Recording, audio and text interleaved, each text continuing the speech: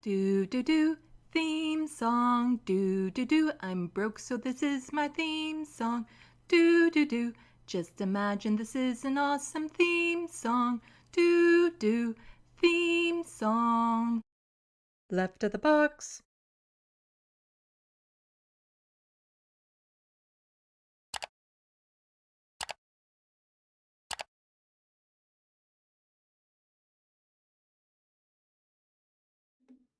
Hello, welcome to Left of the Box. Bonjour, bienvenue. I'm Sandy. Welcome, welcome, welcome on this Tuesday evening. Yes, it is Tuesday, not Wednesday today. Because right after I told everyone in my last live stream I'm cutting back to like 2 days a week, being Sundays and Wednesdays, I realized that the very following Wednesday, I was busy in the evening. So I decided to move it to today instead of tomorrow because I'm going to be busy tomorrow evening. Believe it or not, I'm trying to actually, do the whole touch grass thing, be out in the community, talk to real people in like real life. Because if there's one thing I've learned in the last little while, talking to friends and whatnot, I'm really out of practice on how to be social. Yeah, it's something a lot of people don't realize how much you need to practice. Anyway, so far in the Sandbox, we have Looney Tunes 9000, a nice reliable mod of mine, and Grand Theft Auto mod. Welcome. So while we're waiting for a few more people to get in on the stream before I start getting to all the hard-hitting news of Canada, just want to make note of one of my videos recently did a lot better than I kind of expected it to, which is, good. I'd like more of my videos to do this well, but it was the one I posted about Mike Morris and being better than Justin Trudeau, and it's actually gotten over 1,000 views so far, and I'll take it. It's a video featuring like basically about people with disabilities and the frustration and stuff. And it's nice to see when a video on that topic does well, because more people need to hear that message. I'll also reach out to Mike Morris again and see if I can get him back on my show, because it would be really good to have another conversation with him about the Canada Disability Fund. Oh, so how is everyone today? Just want to make sure that the chat is working, the Sandbox is working. So let me know how you guys are doing. And I will start getting ready for the news of the day, which we have. There was the bombing of the World Central Kitchen, which was just horrible. Some protests going on for a bunch of different reasons, some good, some really just stupid. I don't know, the carbon tax up here in Canada is such a big buzz phrase, and a lot of right-wingers like to get so revved up and riled up and angry about it. And the reality is that of all the things to be mad about, this is not it. Like, sure, I don't like taxes going up per se when we receive not everything we're supposed to, but we also get rebates once in a while, which are kind of nice because of it. And, it's one of the very few things that this government is doing in regards to climate change. So, I'll take it. But yeah, it is just, it's amazing how mad conservatives are about this one thing when there are so many other things that are having a far, far deeper impact on the everyday lives of Canadians. So, how about, without further delay, we get to it. We're going to start off. Oh, I didn't plug this in first. Just a moment.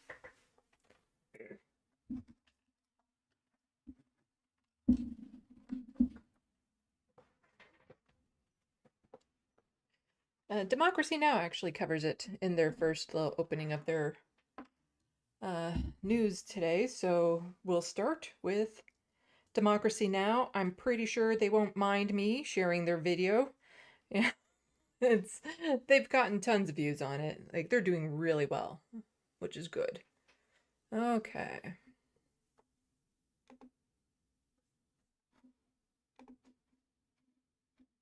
Ooh, it helped if I unmuted. There we go. DemocracyNow.org, The War and Peace Report. I'm Amy Goodman. Chef Jose Andres' World Central Kitchen has suspended aid operations in Gaza after an Israeli airstrike killed 6 international workers from the charity and a Palestinian driver.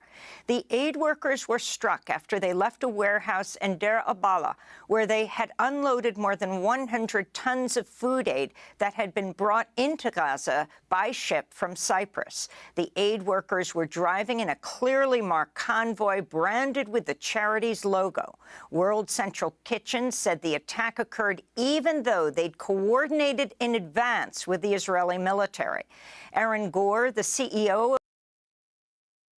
How much more needs to happen before people realize, like people, like I don't mean people like us, I mean the governments, just kind of acknowledge, accept the fact that Israel is targeting these humanitarian aid, that they're targeting doctors and hospitals. Like at this point, it wouldn't surprise me, no matter what Israel does, that the Western governments still just kind of say, they have a right to defend themselves.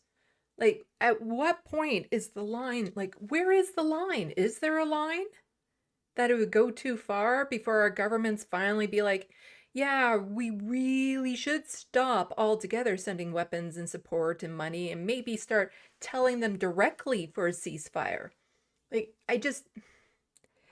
they don't care when it's Palestinians. They don't care when it's their own citizens, because one of the people who died in this attack is an American-Canadian dual citizen. And yet, where is Canada on this? Really, just kind of, well, we'll get to one of the comments, but, you know, it's not exactly a strong, you know, condemnation for what Israel did. Of World Central Kitchen said, quote, "This is not only an attack against WCK, this is an attack on humanitarian organizations showing up in the most dire of situations where food is being used as a weapon of war. This is unforgivable," unquote. Earlier today, Israeli Prime Minister Benjamin Netanyahu acknowledged Israel carried out the attack, saying, quote, "Unfortunately, over the last day, there was a tragic incident of an unintended strike of our forces on innocent people in the Gaza Strip," he said. It's been pointed out that there were 3 vehicles involved in this convoy of World Central Kitchen vans. All of them were struck. All of them. This wasn't an accident. They were targeted. The killed aid workers include 3 British nationals, an Australian, a Polish national, and an American-Canadian dual citizen. 2 of the aid workers were filmed inside Gaza prior to the attack. There is black lemon, there is chili, there is 7 mixed spices, bay leaves, salt, pepper, and tomato paste. Indeed. So this is the beautiful, fragrant, aromatic rice that will be served today from Ginobella Kitchen. Thank you. Both of those aid workers are now dead. UK Prime Minister Rishi Sunak said he was shocked and saddened by the attack. Australian Prime Minister Anthony Albanese also condemned the attack and demanded accountability from Israel. This is a human tragedy that should never have occurred. That is completely unacceptable. The official. I want to know where Justin Trudeau is on this, you know, or, well, we'll get to Melanie Joly's tweet about it, but where is Justin Trudeau coming out and saying that this was a horrific attack? Not an accident, an attack. Official death toll in Gaza is now approaching 33,000 as Israel continues its assault in defiance of last week's UN Security Council ceasefire resolution. In Rafah, an Israeli airstrike killed 4 people. Okay, so we'll get back to... Yes, these 2 people here are now gone. You know, they went into this war zone, knowing that they could be a target just to give food to starving people. Like, we always think of heroes, like you think of the Marvel superheroes and things of that sort, like, oh, they're going to come and save the day, and they're bigger than life. But really, heroes are just people. People who choose to do the right thing against immense odds, even at the risk of their own life, because they know it's the right thing to do, and they have the ability to do it. These are what heroes look like. No capes, no special armor, nothing to keep them safe. These are the heroes that the world needs. Just absolutely tragic, upsetting. But like I was saying, I don't think there's a line too far anymore. You know, we've seen the footage of babies, children, of all sorts. Like, every horrific type scenario you can think of has happened. And every time you think to yourself, well, this will be the thing to get their attention, it never is.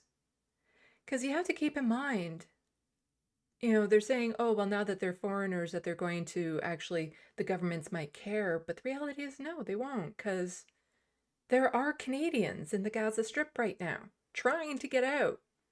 Canadian citizens. And of course, the Canadian government is putting a priority on trying to get them out, but they're not really doing the extra work to get them out.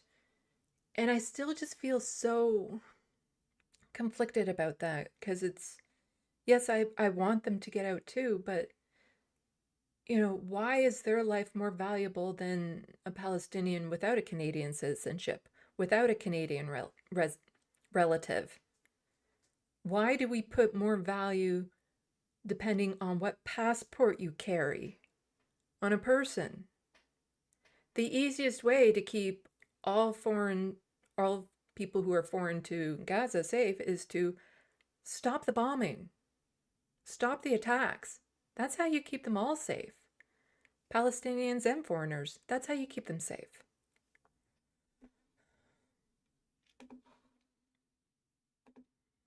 But this is what the Foreign Affairs Minister of Canada tweeted out.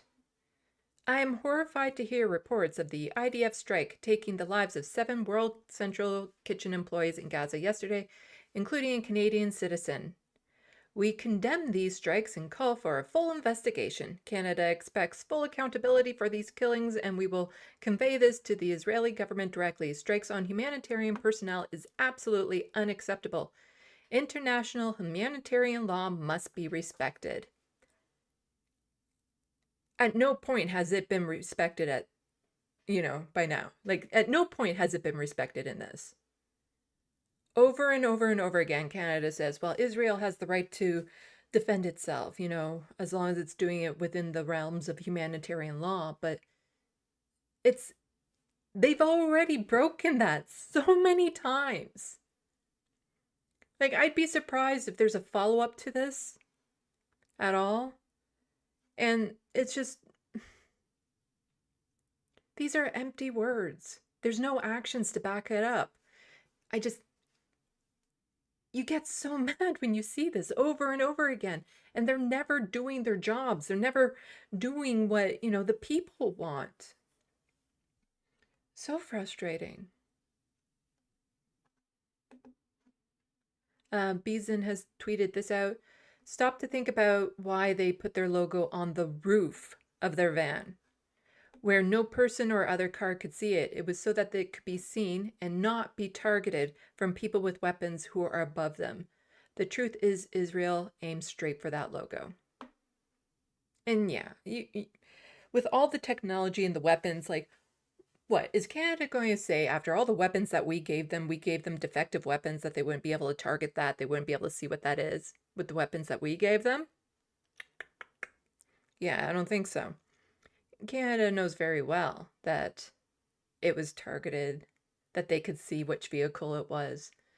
But with UNRWA falling apart there without the funding, without access to what they need, the World Central Kitchen became the next thing that was trying to help the starving people in Gaza.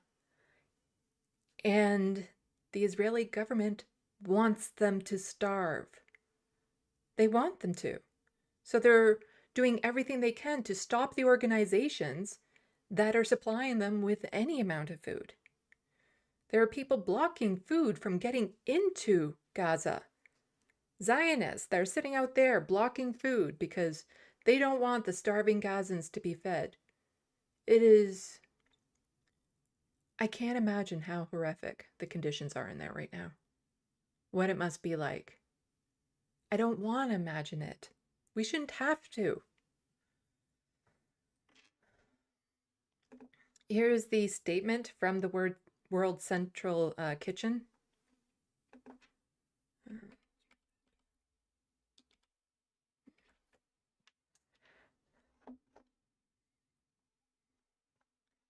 So from the World Central Kitchen, 7 World Central Kitchen team members killed in Gaza.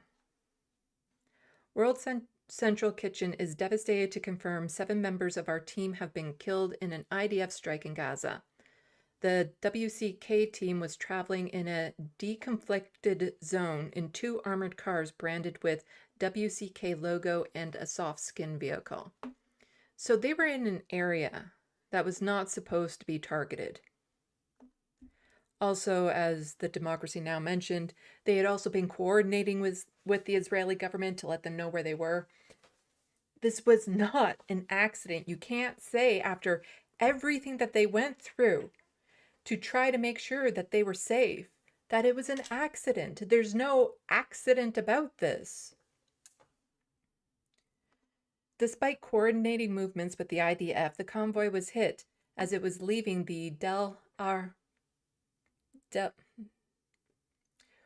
leaving a warehouse where the team had unloaded more than 100 tons of humanitarian food aid brought to Gaza on their maritime route.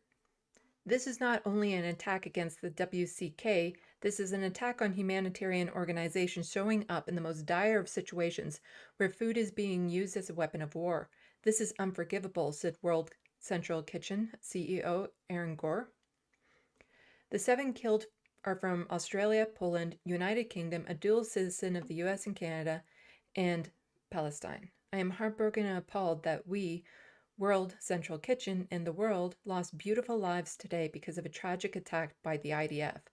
The love they had for feeling people, the determination they embodied to show that humanity raises above all, and the impact they made in countless lives will forever be remembered and cherished, said Aaron.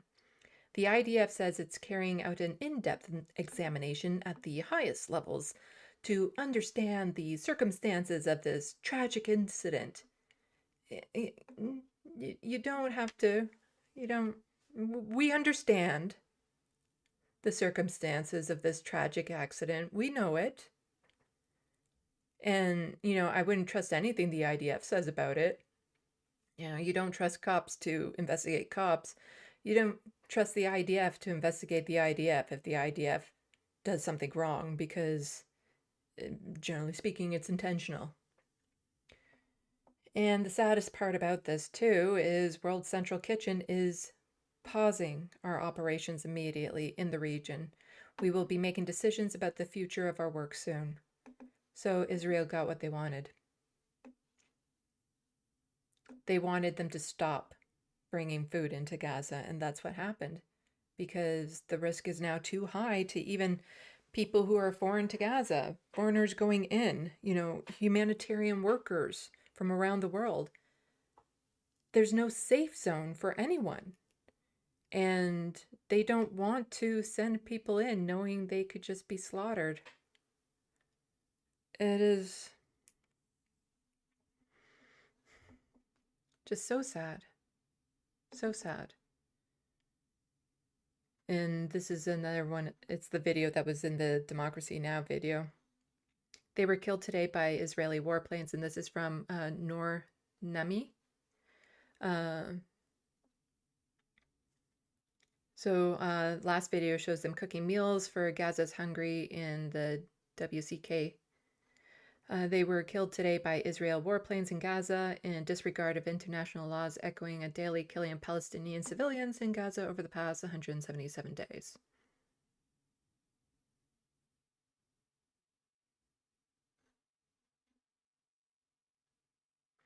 They look so happy in the video.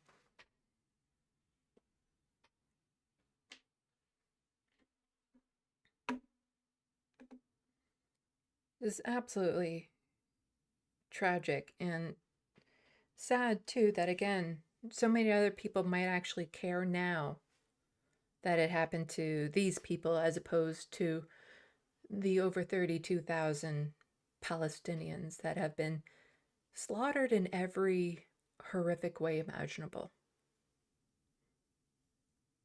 But now that a group of white foreigners were also killed, well, now some people are actually maybe going to reconsider where they sit with the IDF. Sickening. Absolutely sickening. Let's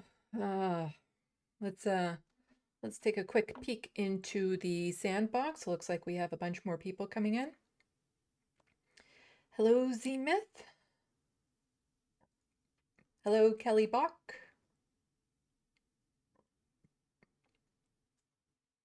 Thank you for coming out. Chi is Bay. I don't think I've seen your name in the Sandbox before, so welcome. And some comments from Grand Theft Autobot. Well, I'm sure Biden put his foot down and muttered Netanyahu an asshole quietly under his breath before angrily signing the order to give Bibi more weapons. Yeah. Kelly Bach, huge undercount of the dead. Yes. It's been stated before that we don't know how many people are under the rubble. This is the count of over 32,000 is the amount of people that they've actually been able to count. Not all the people who have been buried, and there's no way to ever, we'll never know. We'll never know the full extent of it.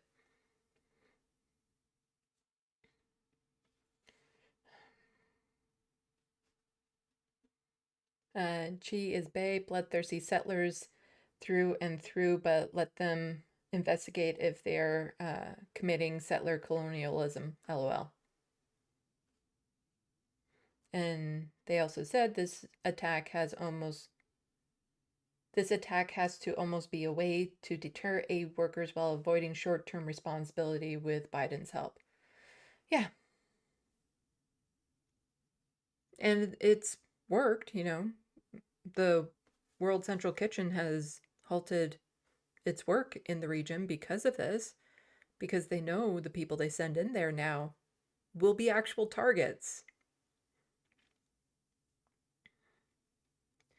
But there have been protests still happening regularly here in Canada.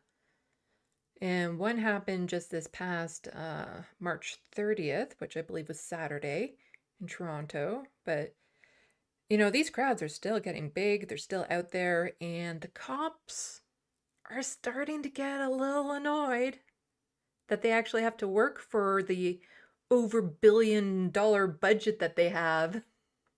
Toronto cops have over $1 billion for their budget, and they're starting to get annoyed that, you know, they have to do their job.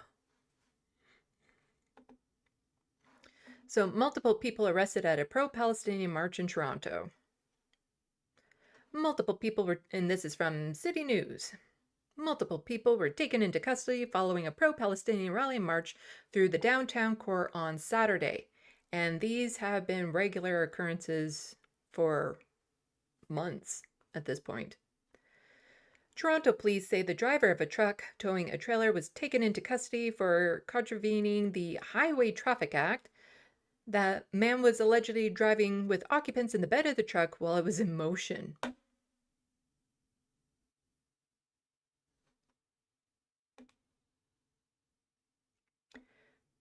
This is parade speed we're talking about.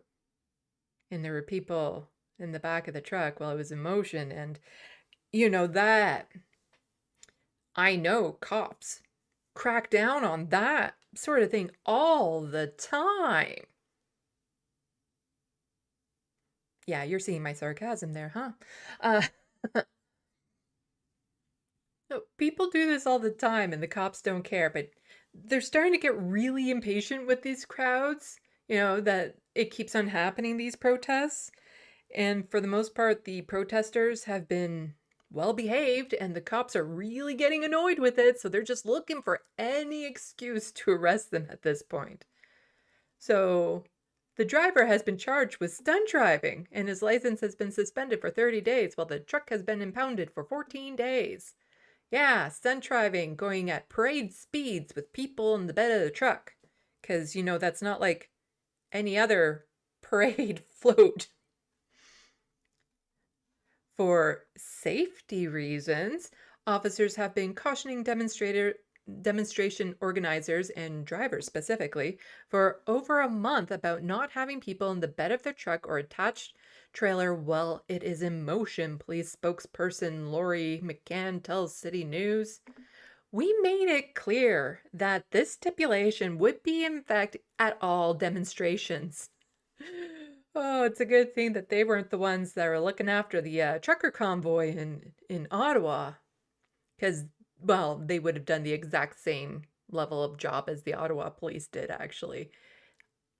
I'm sure that they were really cracking down on this sort of thing during that convoy, that protest, the trucker protest. So she continues, the demonstrators ignored that direction and the driver of the truck was arrested and charged accordingly under the HTA.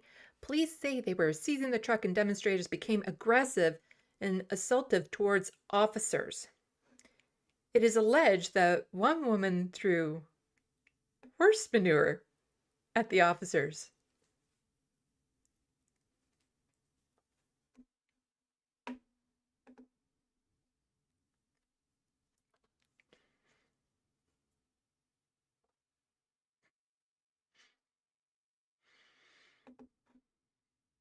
Don't do crime. It's bad.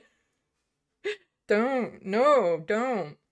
Horses shouldn't be part of the police force to begin with. That's animal abuse. But whatever you do, people, don't then pick up the horse poo and throw it at the cops. No, tisk tisk. That is a bad thing to do. Don't do that. Don't throw horse shit at the cops. That is not called for. Well, another woman intentionally used a flagpole to spear at an officer. I don't even know what that means, to spear at an officer. Oh, look at this flagpole. I pointed in a direction. It's now a spear. To spear at an officer. Investigators say while officers were arresting several people interfered with the arrest. 4 males were taken into custody for breach of the peace, and 3 were later released unconditionally. Let's see. Well, here's the statement from the Toronto police.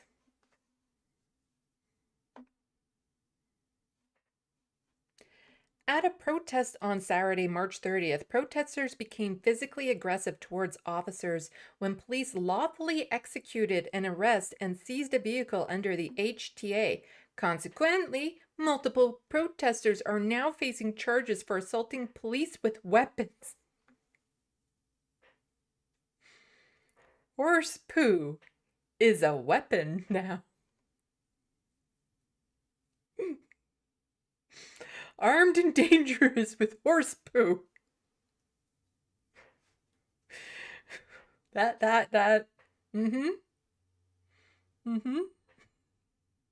that's a weapon now. Horse poo is a weapon.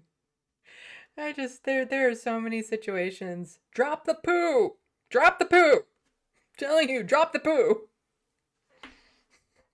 Police employed appropriate and necessary force to preserve public and officer safety while maintaining order during protest activity, particularly when faced with violence and aggression. Protesters were free to depart at the event at any time. That's a weird thing to put at the end of that. We were allowing protesters to leave the event. Like, it's not like we were boxing them in or anything. Like, why are they throwing that in at the end? That seems so weird. That they would just kind of put in there, you know what? We allowed the protesters to leave. In fact, we wanted them to. We allowed them to go. But we're going to get to in a moment just, how aggressive the sides were. Like, I don't know, was aggression by the protesters uncalled for, or were they just, defending themselves? We'll see. Sorry. I sometimes think I have allergies, but as far as I know, I don't. But my nose gets really drippy.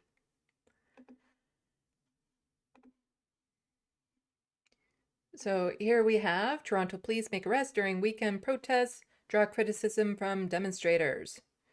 So you can see the two sides of this story. Pro-Palestinian groups allege Toronto police officers are enforcing rules selectively at organized protests after 7 people were arrested, at least 3 charged during a demonstration on Saturday. Yeah, that sounds about right. Because I guarantee you, when the anti-vax crowds were marching through Toronto, they weren't being ticketed for having people in the back of their trucks.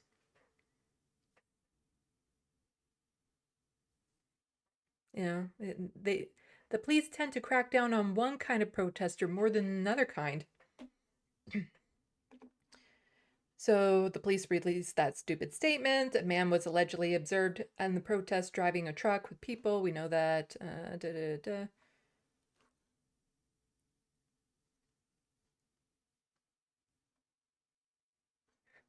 Police alleged that while officers were seizing the man's truck, the crowd became aggressive and assaultive, and a 24-year-old woman threw horse manure at the officers. Sorry, I just like reading that over again because it's funny. It's funny. Investigators say she was later charged with assault along with a 27-year-old who police allege used a flagpole to spear at an officer. Again, spear at an officer? What does that even mean? Did she poke him? Is that what happened? So those 4 male demonstrators that were arrested, apparently police did not give details on why the males were arrested and then released, but noted in their statement that releasing someone does not mean they cannot be charged at a later date, and their investigation is still active. So they just arrested 4 men and then released them without conditions. Yeah.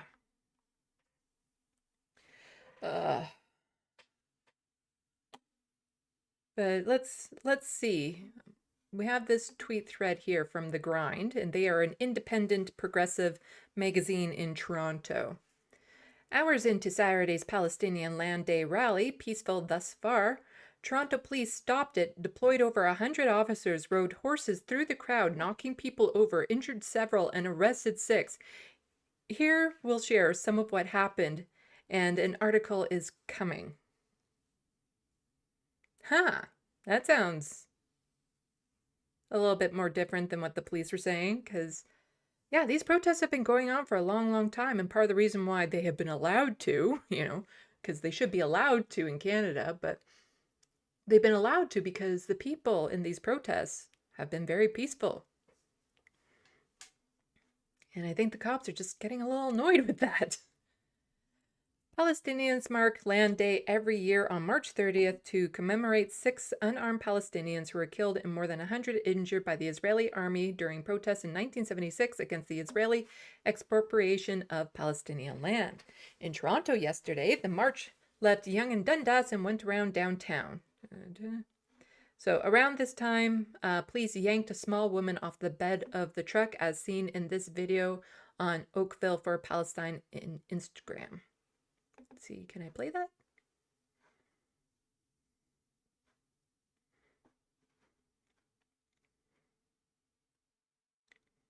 So we see, yeah. They just kind of really just yanked her off the back of the truck.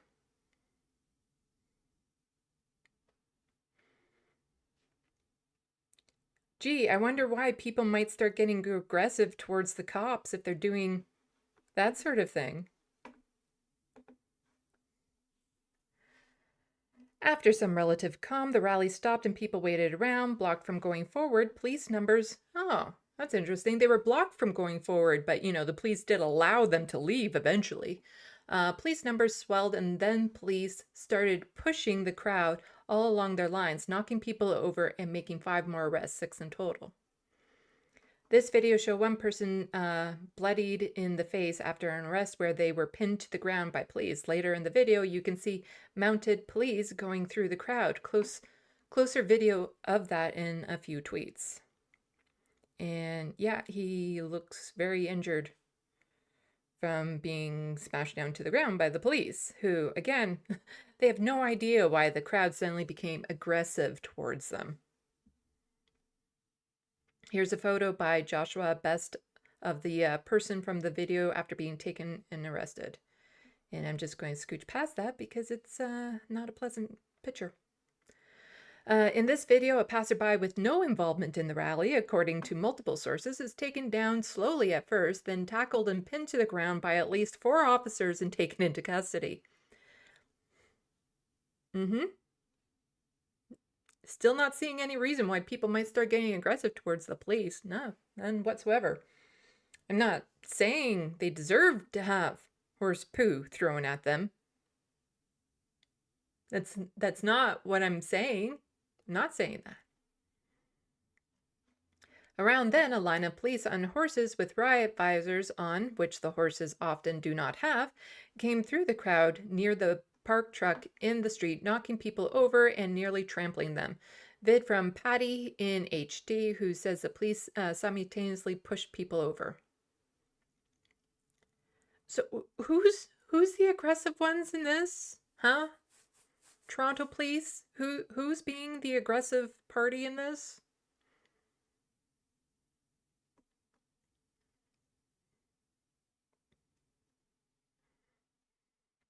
At least one person had to go to the ER with injuries. We are hearing some in police custody needed medical attention as well.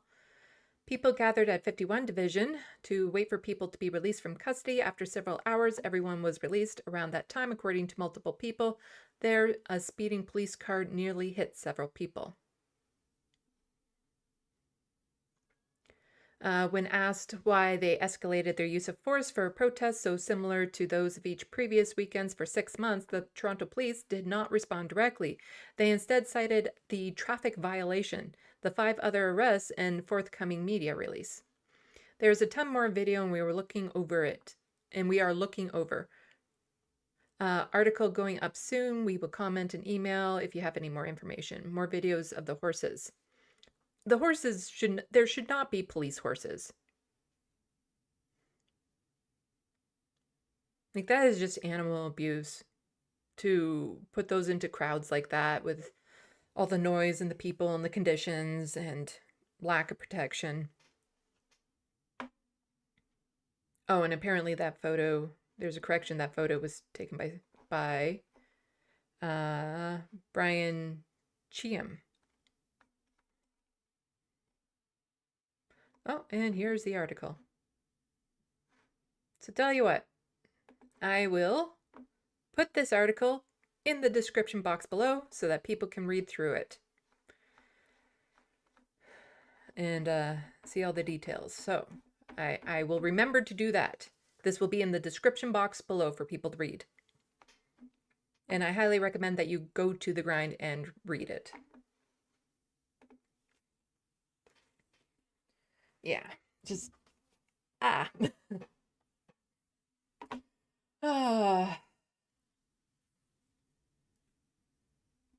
So, just going to check the Sandbox, see how people are doing.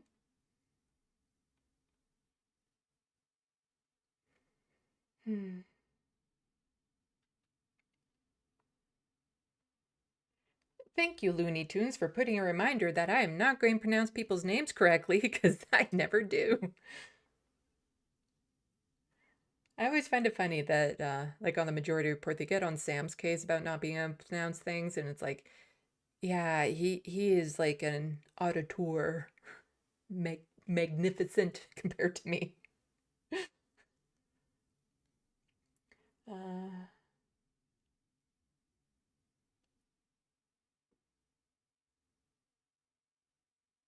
Oh, so Chase Bay said, I saw your call into the Majority Report on 20th anniversary, or my IM, and found your channel. Thanks for all you do. Well, thank you for stopping by. I really appreciate it.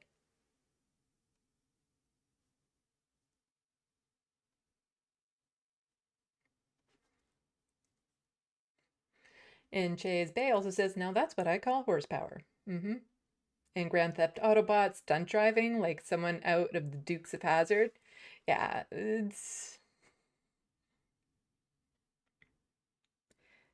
As the one comment the pro-Palestinian people were saying, it's like, the police are often very selective in how they enforce law, which is a huge problem for so many reasons.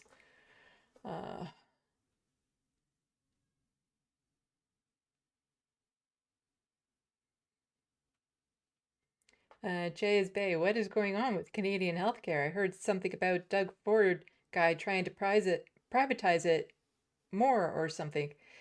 Yeah, I cover a lot of healthcare issues on my channel because a lot of it is becoming privatized, and it's I did a big segment on it in my last video where I was joined by Jeff Wiggins, only we didn't know, was it in that one or the one before?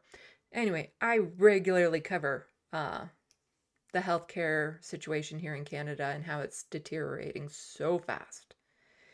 And apparently even you Americans, I don't know if you're American, but apparently Americans are even doing better when it comes to people being able to access a family doctor than Canada. We're at the bottom of the list. And we have private clinics opening up, charging people, which should be against the Canadian Healthcare Act. But the federal government isn't cracking down on that for some reason. Yeah, it's so frustrating. So frustrating. It is, as I say with my channel, if my channel achieves nothing else, the one thing I wanted to do is wake up Canadians to what is happening to our healthcare.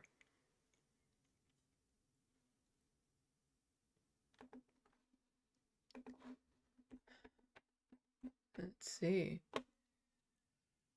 Oh.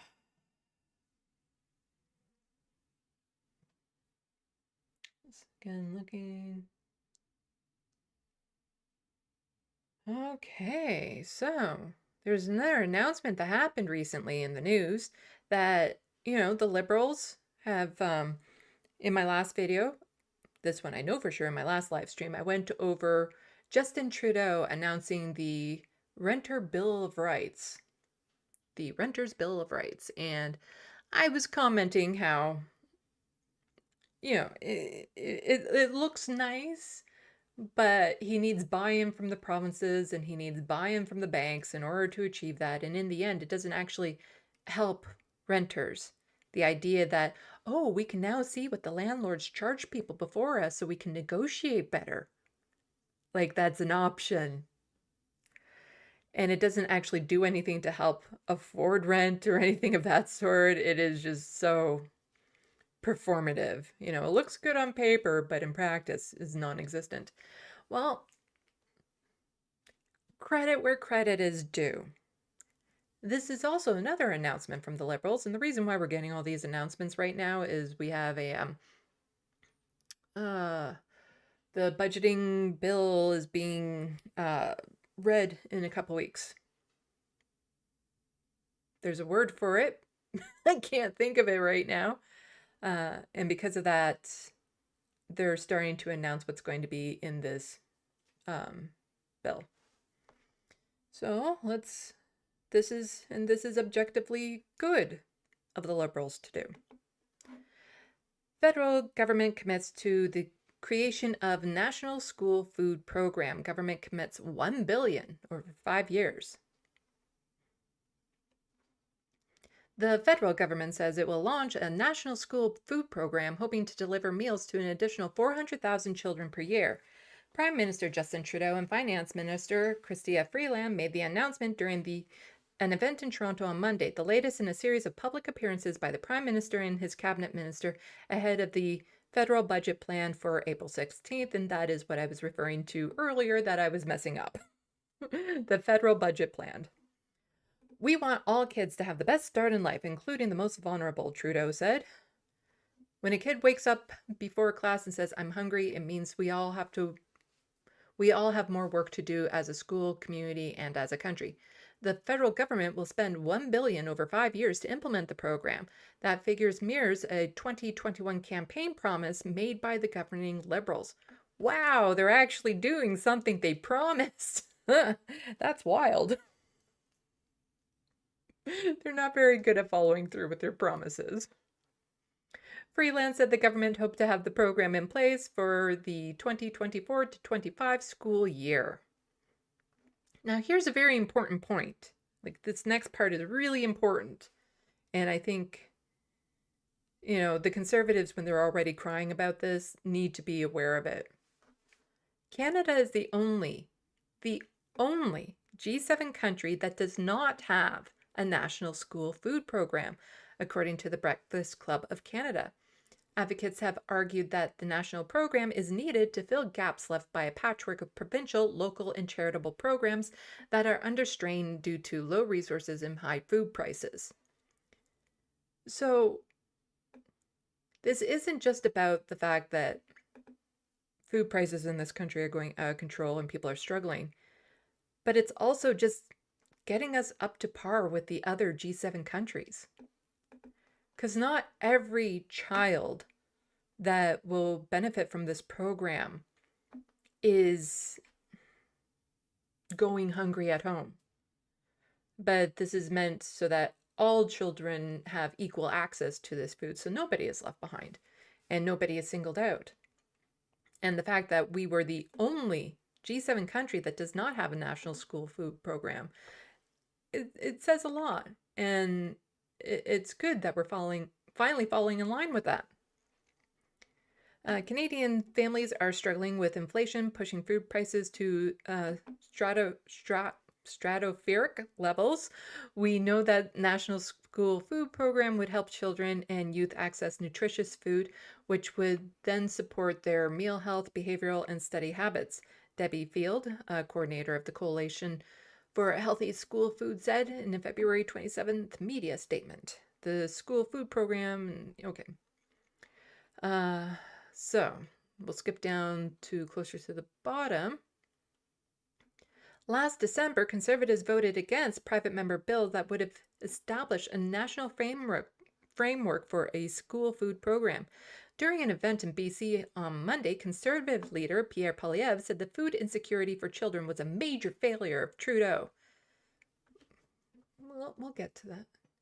I find it ironic that he's promising federal food bureaucracy in Ottawa the same day he's raising taxes on food, Poilievre said, referring to the April 1st increase in the carbon tax from $65 per ton to $80 per ton.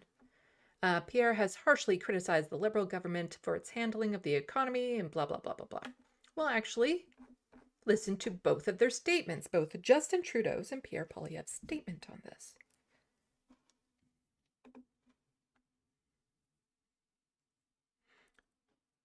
And grow. Tomorrow, kids will be going back to school, and some of them won't have enough to eat. That impacts their health and their opportunities to learn and grow. And like we said last week, this year's upcoming budget will be all about fairness. Fairness for every generation. And that, of course, includes and starts with children and families. We all want kids to have the best start in life, including the most vulnerable. That's why we'll be investing $1 billion to create a national school food program that'll provide meals to 400,000 more kids every year beyond those served by existing programs.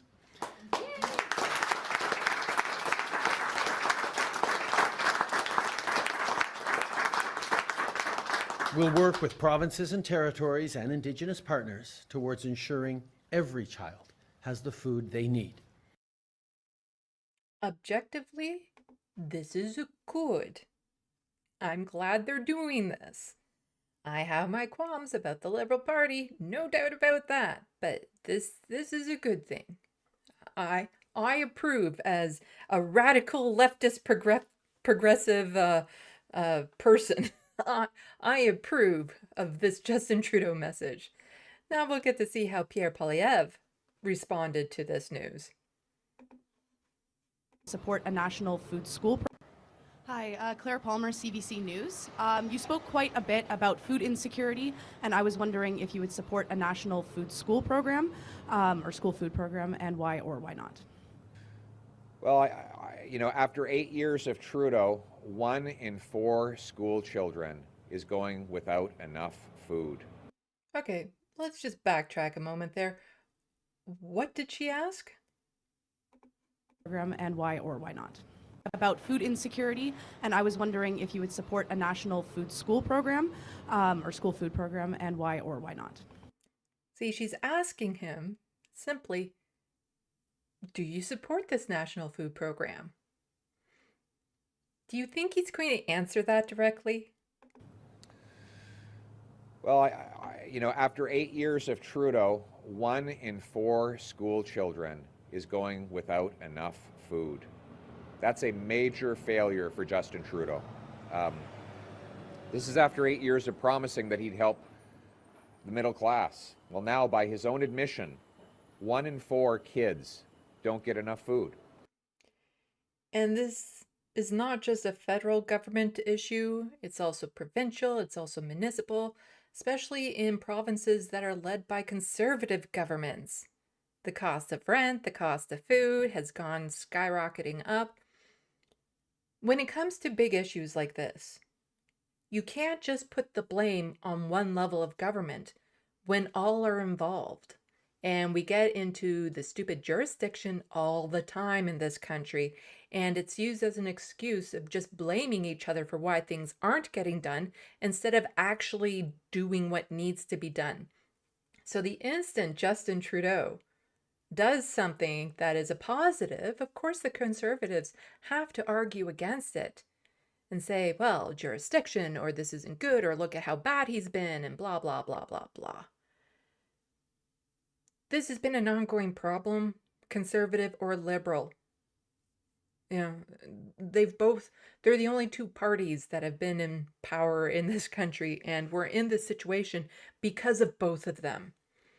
And it doesn't look good on the Conservatives now that the Liberal government wants to pass this one Band-Aid solution. And it is a Band-Aid solution because, of course, what should be happening is people should be able to afford food. Food and rent and all that sort of stuff. The cost of living shouldn't be so freaking high right now. Wages should be higher to actually meet inflation and all that's it's so big picture here. But, Pierre can't help but use this as an opportunity to whine about Justin Trudeau and how bad he's made the whole situation when it's no, it's been a joint effort between these two parties. I find it ironic that he's promising a federal food bureaucracy in Ottawa the same day as he raises taxes on food. A federal food bureaucracy. You could see he was struggling to come up with words that sounded smart. A federal food bureaucracy, whatever that is supposed to mean. And the way he is saying, because, he's promising this food program, the same time he's raising price on food. And what he's referring to is the carbon tax. And the carbon tax will make gas prices go up about 3 cents a liter. And because of that, what? You see, I don't know if Pierre Poilievre actually drives cars based on gasoline as opposed to just, the tears of children. But gas prices fluctuate more than 3 cents a liter on any given day.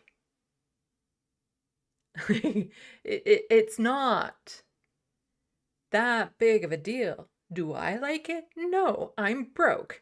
And I do have a vehicle and I do need to get around. And I would like to see gas prices a lot lower. But the problem isn't the carbon tax. The problem is the oil companies and how much they're gouging customers and how much they're allowing their prices to fluctuate so severely. This 3 cents, you know, in the ocean of the cost of the oil, it has a very little impact on what we see at the pump. His carbon tax on the truck, the farmer who grows the food, and the trucker who ships the food, is a tax on the single mom who can't afford to buy the food. I'm reminded that he... Only single moms can't afford to buy food?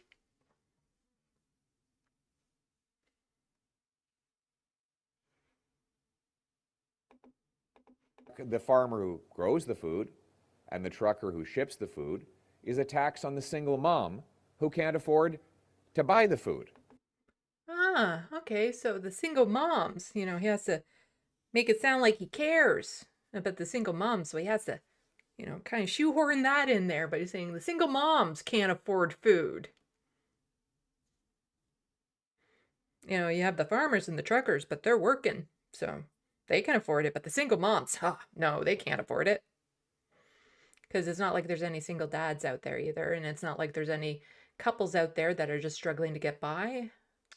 No, he needs to put in those kind of sensationalized wording, you know, try to make people think about just the single moms because maybe it strikes a bigger chord or whatever. But when it comes to having to just ad-lib stuff, he's really bad at it. And I know some people are saying that once he gets out and starts speaking, his personality is so bad that they're going to wake up and not vote for him. And I unfortunately do not agree. I think people will still vote for him, no matter how bad he is at actually speaking in front of a crowd, because people are just so damn mad, and he acts like a populist in what he says. He says it poorly, but he still says what the people want to hear. I'm reminded that he brought in an affordable housing program. And what did that do? It doubled the cost of housing. So my common sense plan is to axe the carbon tax to lower the cost of food for everyone so that we can reverse the malnutrition that Justin Trudeau's 8 years have caused. Thank you. So reminder, the question was, do you agree with the National Food Program? And he immediately went to the carbon tax and housing affordability and never actually answered that question.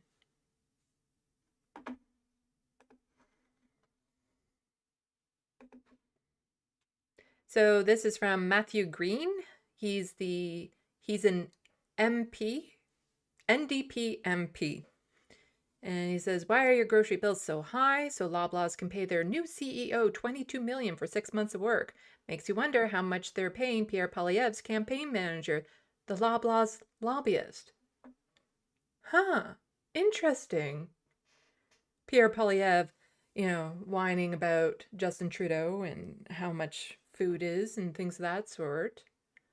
Let's look a little bit deeper into this, shall we?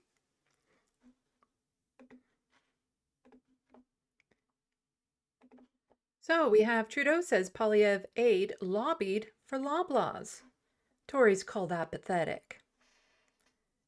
As grocery prices and affordability remain central focus for Canadians, Prime Minister Justin Trudeau and Conservative leader Pierre Poilievre are sparring over whether a prominent Conservative advisor lobbied for Loblaws, a frequent target for scrutiny over food costs. Yes, the Waltons that own Loblaws have been gouging people for... I have a ton of videos on food prices and how unaffordable groceries are, and the fact now that there are gates being put up in grocery stores to try to prevent shoplifters, and there's some places that are actually putting in programs to start checking receipts as people are leaving to make sure that they actually paid for stuff and all of that, but they're not actually just dealing with the fact that, you know, the Westons are just inflating the prices for profit and nothing else. So Trudeau says that Poilievre owes Canadians an explanation of his chief advisor's firm registered to lobby Ontario government on behalf of Loblaws. Pierre's camp, meanwhile, says that is laughable. Let's just scooch down to his statement. So Pierre's director of media relations, Sebastian, issued a response shortly after calling the comment laughable and pathetic. And this is after Justin Trudeau is like, this is a bad look. Says, Justin Trudeau's minister promised to stabilize groceries by Thanksgiving. He failed at that as prices have only increased. The Liberals failed, and now they claim it's really the leader of the opposition, not the prime minister of government, who holds all the power. This is laughable and pathetic. So what they are doing here is they are deflecting from the fact that when Pierre Poilievre gets in power, how are we supposed to trust him when it comes to food prices if one of his, aides is a lobbyist for Loblaws? So let's just scooch down here to what does the lobby registry say? And this is specifically about the person in question. So, so if conservative leaders want help, they can pick up the phone, because I'm sure he knows his chief advisor, Jenny Brine, is actually registered lobbyist for Loblaws, Fraser said. So this is then Housing Minister questioning who this lobbyist is. And apparently Jenny's firm, Jenny and Brine Associates, is a registered lobby to the Ontario government on behalf of Loblaws, according to provincial lobby records. This firm is listed as lobbying for Loblaws 4 times between June 5th, 2023 and January 15th, 2024. So, however, Jenny was not listed as the lobbyist registered. So just her firm. Not necessarily her specifically, but her firm. Oh, and what's this? Loblaws paid new CEO Perbank $22 million in 2023. Now you might be thinking, that sentence, it sounds a little, like the grammar in it doesn't sound quite right. Loblaw paid new CEO Perbank $22 million in 2023. Like, what is this Perbank? Like, what is... That is actually his name. That's his name. His name is Perbank. Talk about hitting it on the nose. That's the person's, the person who just received $22 million in 6 months is named Perbank.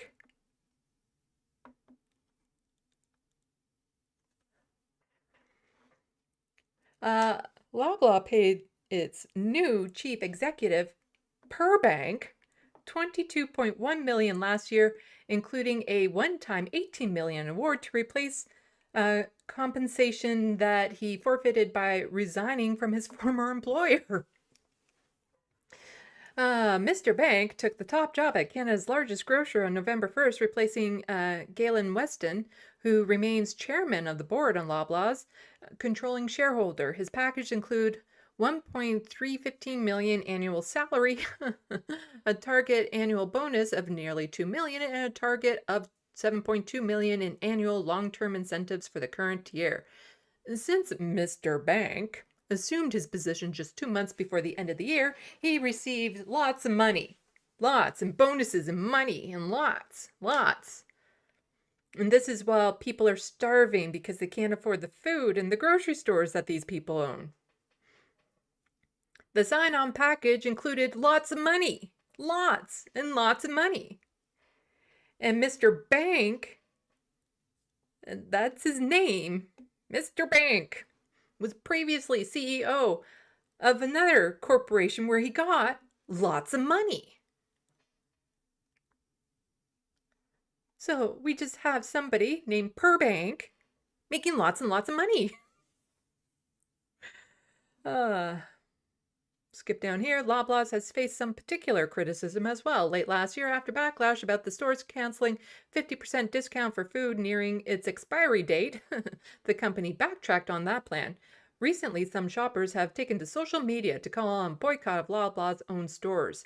That is very difficult to do because Some people don't have a choice as to what grocery store they can go to. It's whichever one they can access due to mobility reasons or distance and all that sort of stuff. They don't necessarily have a choice to just go to another store. Considering how many stores are owned by Loblaws, that makes it very difficult because they own so many of the grocery stores that we go to that people don't realize, because you have the Metro, which is so expensive and fancy and stuff. But then you have the No Frills, which is the discounted grocery stores that's owned by the same group of people. So as soon as you're priced out of one, you just end up putting more money into their higher margin grocery store. So they're not losing money no matter what. Loblaws, which operates discount stores such as No Frills and Maxi, has performed well as customers have let me start that sentence over again. Loblaws, which operates discount stores such as No Frills and Maxi, has performed well as consumers have shifted their buying habits away from full-price supermarkets. The company's net earning available to common shareholders grew by 9.4% last year to nearly $2.1 billion, or $6.52 a share, compared with $1.9 billion. So they're making lots of money. But executive bonuses decreased in 2023, reflecting a year which company's results exceeded internal targets, but not by a wide margin as the previous year. Aww, poor things.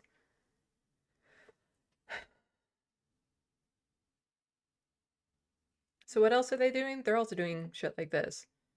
Shoppers Drug Mart, owned by the same group of people. Plastic bags are now $1.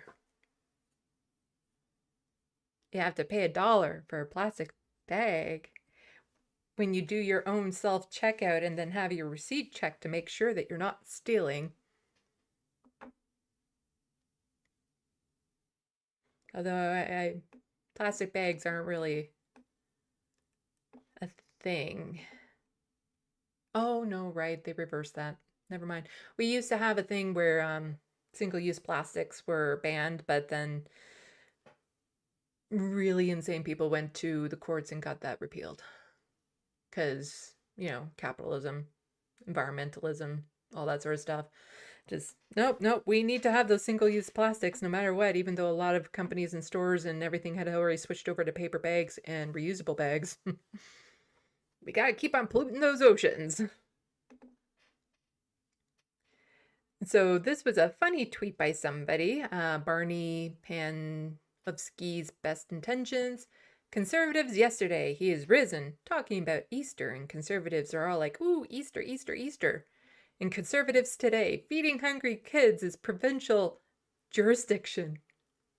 So all of this is tied together, the whole, the carbon tax, the food pricing, the feeding the children. This is all tied together in just this nonsense of the conservatives trying to blame the liberals for everything, while none of them are really doing enough to help everyone. But you would think this is a joke, that the conservatives feeding hungry kids is a provincial jurisdiction. Wah. I don't know if he saw this tweet ahead of time, but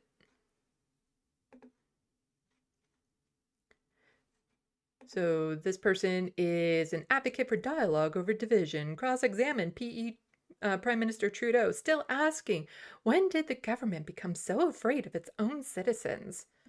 Founder Empowered CA. And she says, I would think this national school food program is an April Fool's joke, but unfortunately our federal government is not funny and is so out of touch with its role and what Canadians need. This is real. This is so far outside of the federal jurisdiction that it's laughable. Think about it. Someone coordinating your kid's lunch 5,000 kilometers away? What does that matter? What, does the nutritional value depend on how far away this decision is being made? Like if you're only 2,000 kilometers away, then, an apple is allowed. But if you're 5,000 kilometers away, then, you're only allowed applesauce. I don't know. Think about the administrative nightmare. Yeah, that's really what they're worried about. The program would cost 70% for administration and 30% for actual kids' lunches, if we're lucky. There is a reason the federal government is charged with national matters like rail, currency, and immigration. And on those matters, it's getting a failing grade. The federal government does not have jurisdiction, nor is it remotely equipped to implement such a program. Actually, it's very ideally equipped to implement such a program. That's kind of what the federal government does, is do national programs, and it does a lot of that's their job. Real great, Ottawa. Do your job. Leave school kids alone. Oh no! The federal government is doing something for school children. How dare you? How dare you? Just leave the kids alone, federal government. And she goes on later on to say, like, anyone who thinks that I'm against, children having food is not, they're being mean. They're not, they're taking my words out of context. No. No. Mm-mm.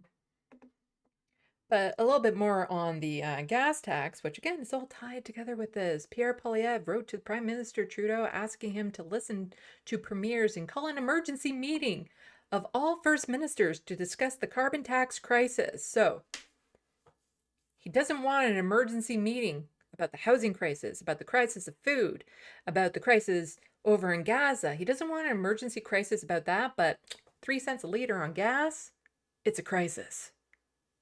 And we need to get everyone back in the house and talk about this. But the thing is that the Conservatives just get so incensed about this carbon tax buzz phrase. Like, it really is mind-blowing how angry they are about it. Whereas T. Resident points out kind of what I was saying earlier, Toronto gas is up nearly 20 cents a litre since March 12th. 3 cents from that, 3 cents of that is from carbon tax changes. When will Pierre and Doug attack the oil companies? Yeah. Like that's a lot since March 12th. Again, the 3 cents is just it's such a small part of it.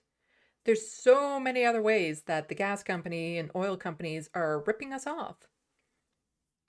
But this is causing people to actually protest. People are protesting this because, this is so outrageous. This carbon tax, so outrageous. So we have this.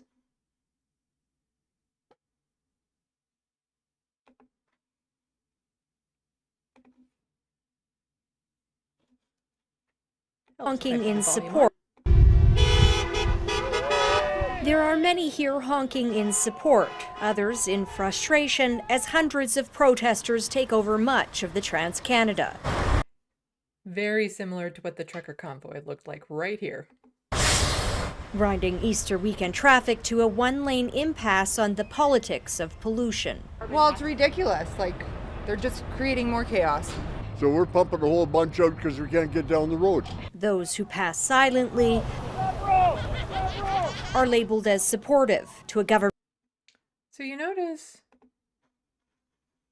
that's because he has a fuck Trudeau flag flying around, and they need to censor that because, that's what Conservatives do. They just have flags that say fuck Trudeau and then, cry when anyone calls them a name. Not to mention that they're also just labeling anyone who doesn't overtly support them as the enemy.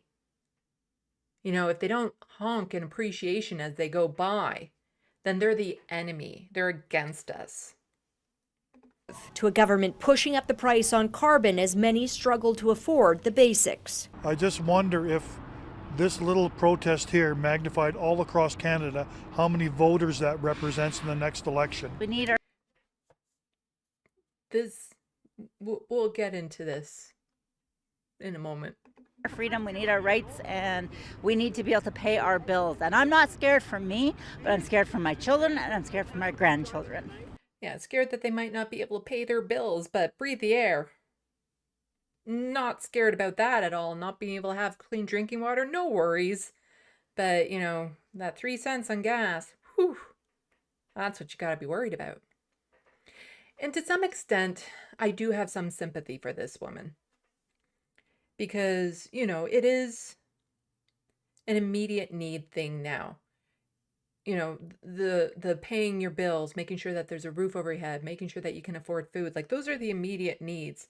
When you have something like climate change that's so existential, that seems so big and there's nothing you can do about it, but it doesn't matter either if you can't keep a home, if you can't have shelter and food.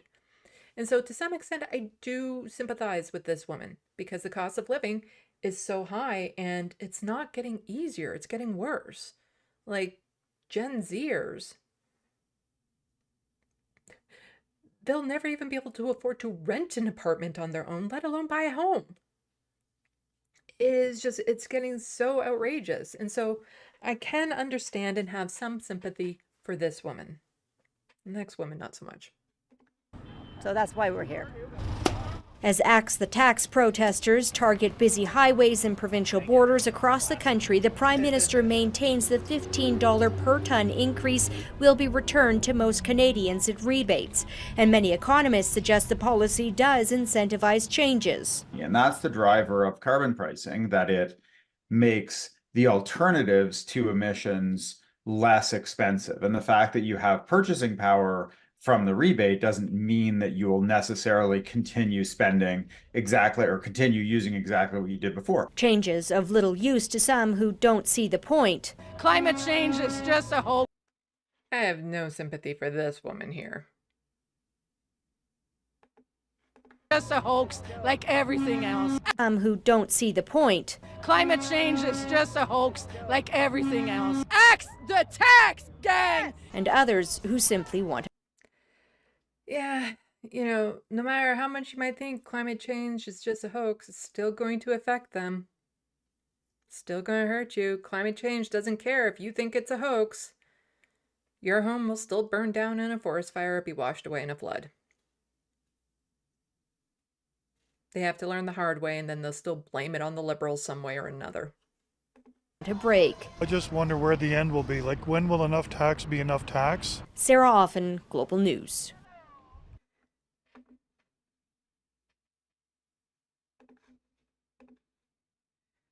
So I just want to give you an idea, because this protest went all the way to Ottawa.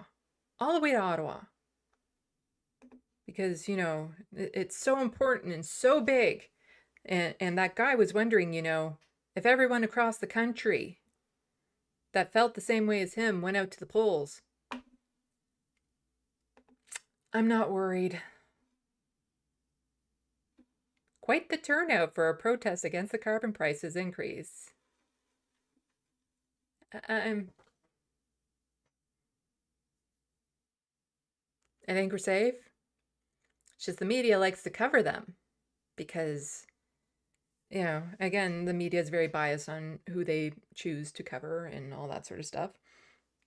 But the protests and rallies that are pro-Palestinian have far larger numbers than this. In fact, yoga in the park at Ottawa draws a bigger crowd than this.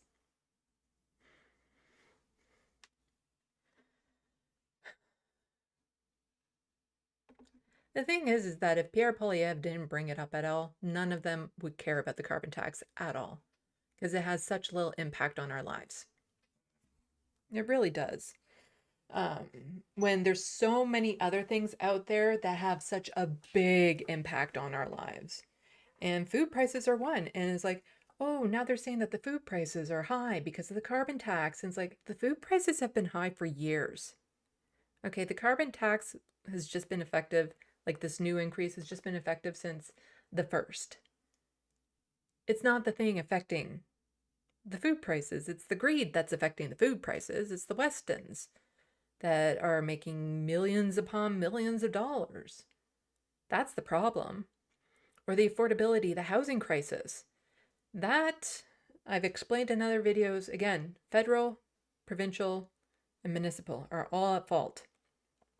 But this one is largely provincial, because here in Ontario, Doug Ford got rid of rent control. And since then, rents have skyrocketed. All the housing being built are not affordable. They're luxury condos, mansions, big houses, things that nobody can reasonably expect to afford. That's the problem.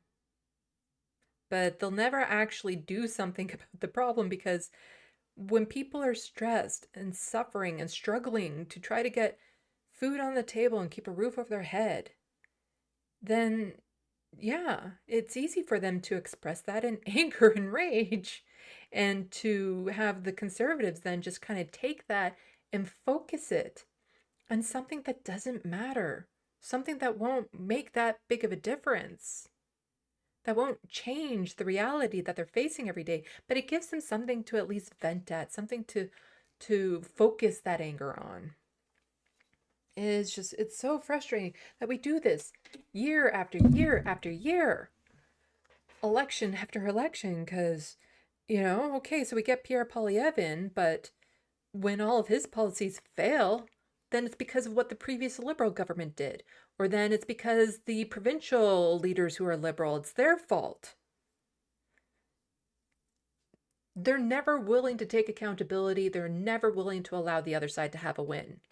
Like, the political game, when politicians play the political game, it's the people who lose. They're in it to win. They're not in it to actually make the lives of Canadians better. And we need to, everyone needs to go out and vote. It's harm reduction. But then we need to put the pressure on. If you don't like who's on the ballot, then you need to work in between the elections to make sure that somebody gets on the ballot that you want to see. It's the protests, it's the rallies, it's the constant letter writing and bugging the elected officials to do their job. The pressure, it can take a while, because even Canada's softening stance on Gaza should have happened a long time ago, but it has happened because of the pressure we put on the government. And we need to keep that up. Okay, let's check the Sandbox.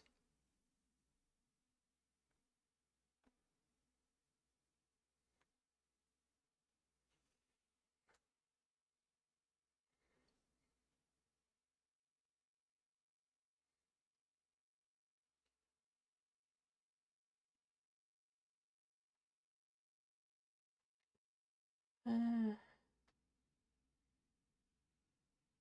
see. Brendan says Canada is becoming America. That's pushing it with me. Okay, we are not coming America.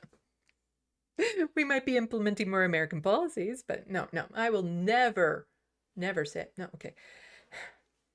We'll always have a better sense of humor.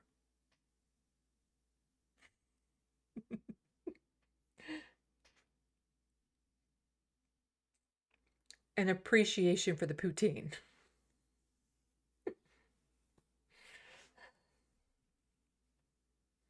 Grand Theft Autobot, renters can haggle with landlords now? Yeah, right. Yeah, that's how out of touch Justin Trudeau is with that. And because there's a big difference between the Renters' Bill of Rights that he announced and the National Food Program. And the Renters' Bill of Rights does require the provincial governments to sign on, requires banks to sign on. And so he's just announcing it because it kind of makes him, well, he thinks it makes him look good. But the chances of that actually getting implemented is so slim. Any of it is so slim. There's a better chance for the National Food Program.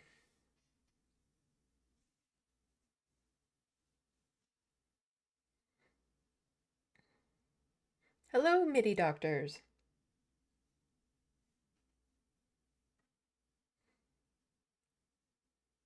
Atticus Among Us is also in the Sandbox. Welcome, welcome. Well, welcome everyone who is here or just lurking. I appreciate you all.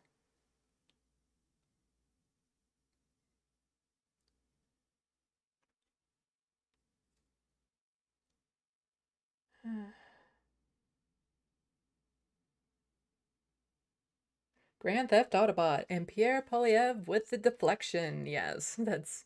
He never actually answered the question. Just like, oh, you asked me a very straightforward question, and if I answer it the way that I want, then it's going to make me look bad, so I'll just say Trudeau bad. Because how is Pierre supposed to answer that question when the reporter asked, do you agree with the National Food Program? If he were to answer it directly, the two answers would be yes or no. And if he says no, then he looks like a monster. If he says yes, then he has to give the Liberals a win. And he doesn't want to do all that. Like, he could have even been better at it by just saying, like, I agree there should be one, but I'm not in agreement with how the Liberals are rolling it out. That would have been a far better answer, but he's not that quick on his feet. You know, just to say, yes, I believe that we should get in line with the other G7 countries and have a national food program.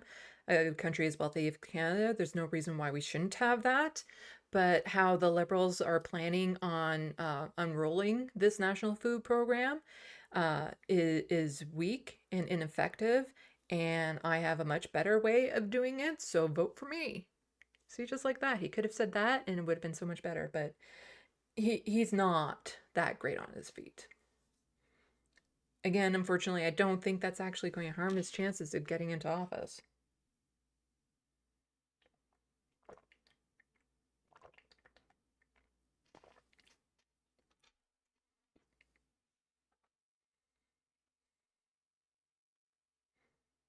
Atticus among us, it's understanding that Canada subsidized the oil industry. There's so many ways that the government could put pressure on companies, you know, not put money into companies, not subsidize companies.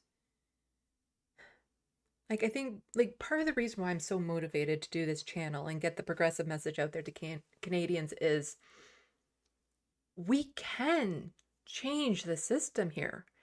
It's not actually that difficult. We just need more people aware of what's actually happening and what can be done that would actually help. But we're a country of 40 million people. You know, it's not like we have a huge population that we have to somehow convince. This is doable. Changing this country into a more progressive direction, it is doable. And that's, generally speaking, what the people want. Because those people out there protesting the carbon tax, if they weren't struggling to get groceries, to have a job, to get health care, because that's a real struggle, if they weren't struggling to do all of that, they wouldn't be out there. But they're just angry at the fact that they can't. You know, that one woman is upset that her children aren't going to be able to afford anything, and that I can understand. I can understand where that anger is coming from. Unfortunately, it's just being directed in the wrong direction, in a direction that won't actually change the situation she's in. And just more people need to get plugged in. And I think if we do, then we have a real chance of turning things around in this country. Won't be easy, but it is doable. Soul Life. Oh, hey, YouTube just recommended me this. Great. I'm showing up in some algorithms on YouTube. Oh, and I don't know why that just made me think, but I want to thank the serfs for on Sunday telling people to come to my channel, even though they couldn't redirect them to my channel, because I didn't know I actually had to change a setting in my YouTube channel for people to just automatically do that. Like, I suppose it makes sense that, you know, you have to allow other channels to raid you so that you don't get swamped by like a right-wing channel that says go attack this one and then raids this small YouTuber or something. But I kind of figured it should be default on and you turn it off or something, or just a little bit more clarity as to where it is. I had to do a YouTube tutorial to figure out how to turn that on. So now, if the serfs start to raid me, it will work. Hopefully.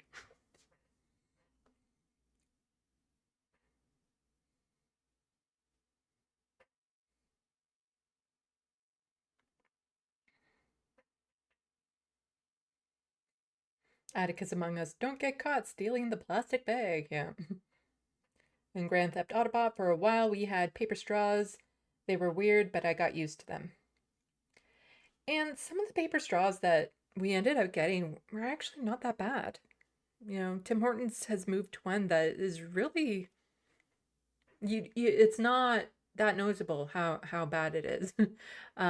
It works just fine as a straw. And then I have a bunch of reusable straws that I clean, which, you know, are nice because then you don't get straws that get all bent up and holes in them at some points. When you suck, you have to hold it in one place. Like the single-use plastic ban was a good thing, and the fact that it got overturned is just so frustrating. Because it was one of those things, like in a live stream, I just reminded people how great this was, that we did this, and I even have a Rebel HQ video about it, back when that originally happened, and Americans were calling Justin Trudeau a dictator because of it. And then in a live stream, fall of last year or something like that, I was like, oh yeah, we have this and it's great and blah blah blah. Literally by the time I did my next live stream, that had been overruled in the Court of Appeal. They couldn't do that. I think it was the same time when I was praising Australia, or was it New Zealand? One of those, for doing a phase out of tobacco.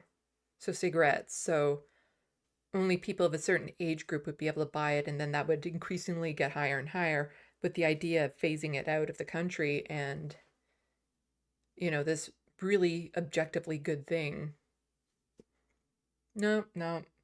Conservatives, people who just don't want wins, or think it's a lack of freedom that they can't give other people cancer when they're smoking around them.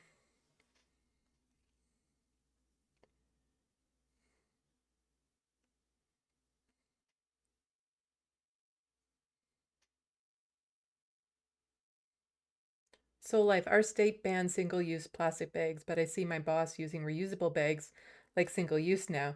In his mind, bags just cost money now. I wonder how many others do it. That is another problem, is how many of these reusable bags end up in the landfill as well, or just as garbage on the streets. Some are made well, some aren't. And then sometimes you just get so many that you keep on forgetting to take to your car that eventually you just end up getting rid of them because they're just taking up room. Like, there are ways around it. Some stores will have paper bags, which aren't so bad, except when you're trying to carry things and they have no handles. I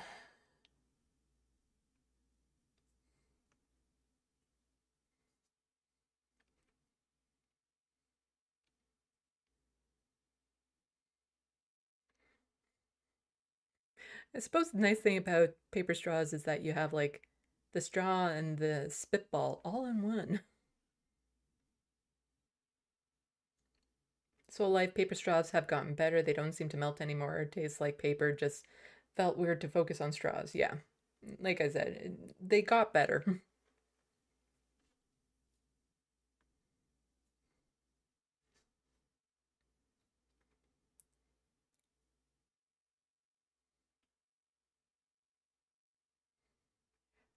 Grant Johnston.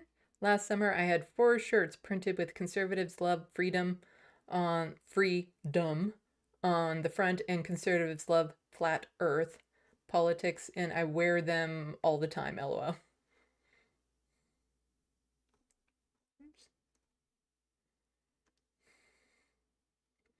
Yeah, it's amazing how it's like, oh no, we have to go back to some of these things where it's like, it's really a flat Earth, and it's like, I never realized how, as a society, so many people could go backwards on intelligence like that, on knowledge, on science, on learning about the world, to just no longer accept what has been scientifically approved, like scientifically proven and accepted, to now just be like, no, like, I know we can see the Earth from space and all, but still it's flat. Because you ever notice that when you look at it from space, you're only ever seeing a round disc? It's just...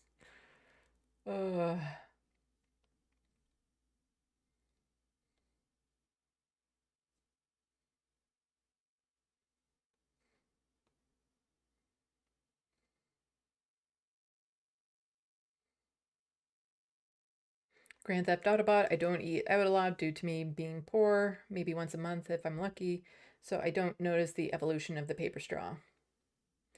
I don't eat out too much either. But Tim Hortons coffees and stuff, I when I'm going to events and stuff like that, I like to have a caffeinated drink with me because it keeps me calm. So I try to have that. And I usually ask for a straw too, because then I can still wear a mask and tuck the straw up underneath. Soul Life says I have the opposite problem. I eat out because I'm poor. Yeah, I can see that too. I guess I'm fortunate. My stomach is very small. And so, like, I can't handle a lot of heavy fast food at once. So sometimes a fast food meal can literally become 2 meals for me, which is good because they're so freaking expensive now.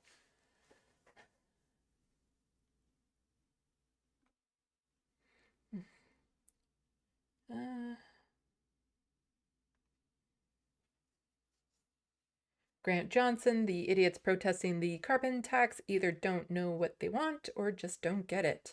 LOL. Imagining they don't get it. The true democratic north, democratic socialism is possible.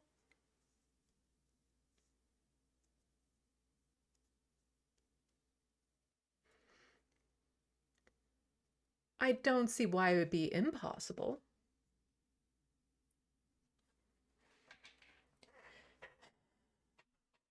Like, a lot of people in Canada seem to think we already have it, so why not do it?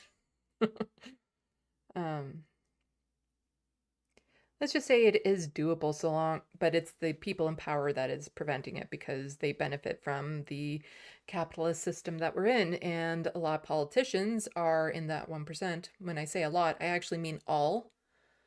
Because you always see in politics that they want to have more representation. So there's always a push to have people of color or women and all this sort of stuff. But the one group that is basically never represented in office is people living with poverty. Because you need money in order to run. But if you're living with dire poverty, the chances of you getting into office is impossible. When we need more people like that in office to be at the table to actually explain like how these, this legislation will impact people of all levels. Like, the food prices going up don't impact people with dire poverty the same way that they impact people in the middle class. People living with dire poverty, these food prices literally means we have to skip meals at times. But the people in the middle class or upper class are like, we'll just maybe not get the extra bag of chips this time. Like, politicians are in such a privileged bubble that they just don't get it. They don't get how important the Disability Benefit Act is and why it needs to be implemented now and how dire the situation is. But we need more people living with poverty to somehow be able to get into office. Zemeth says, I keep dreaming about organizing a network of community-owned worker-directed co-ops that can double as a way to organize people so we can have a majority of the seats in power.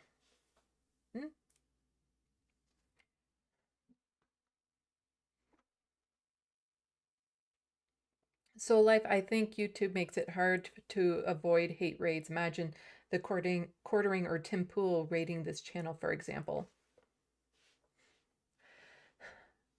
They could probably get it shut down if they did. But if it's just a bunch of them coming into my comments and yelling at me, then I would find that actually kind of funny. It's if they start flagging it en masse, then I'll run into problems.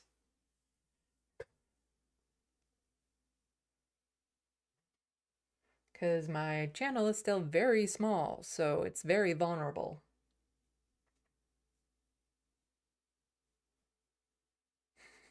Or maybe I could raid one of their channels sometimes. Okay, everyone go over there and post something positive.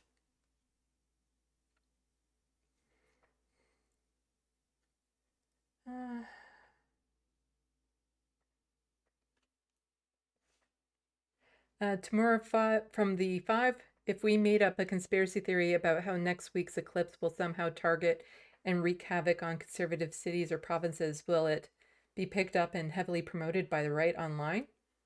It's entirely possible. I think I saw one meme going around that it was going to be postponed because of weather, and some people were actually believing it. I'm actually going to be traveling to see it because I don't live too far from the Niagara region. So me and a bunch of friends are going to go, and hopefully it's not overcast. And we got the glasses. Well, my friend got the glasses and he got a bunch of extras, so I'll be able to actually take a peek at it. But I do have a couple of fun little lighter things to kind of get to end off this stream.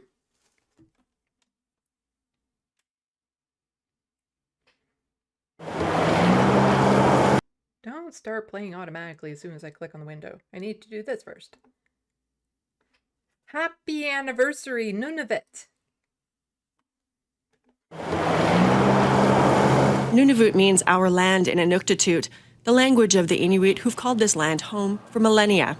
Canada's largest and northernmost territory covers more than 2 million square kilometers of land and water, and is home to 37,000, mostly Inuit, who continue to live their traditional ways. Yeah, it's hard to believe they're only 25 years old in Nunavut. I do remember when it became an official territory. It's like they could have picked a better day than April 1st to do it, I'm just saying. But anyone who calls this land home for any amount of time and regardless of ethnicity is embraced as Nunavummiut, the people who live here. It's a Nunavuniat. Nunavuniat. Okay. new era in people's lives, and I think I see a lot of inspiration and dedication going on in this territory.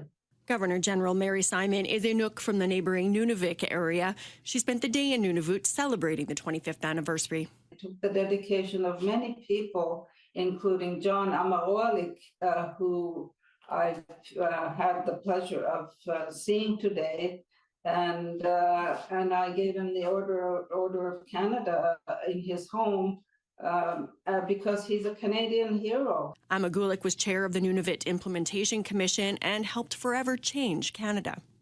It was the first time since Newfoundland joined Confederation that the Canadian map changed, and we as Inuit are so proud of this thing that happened in Canada, which I don't think anybody ever thought that it would happen.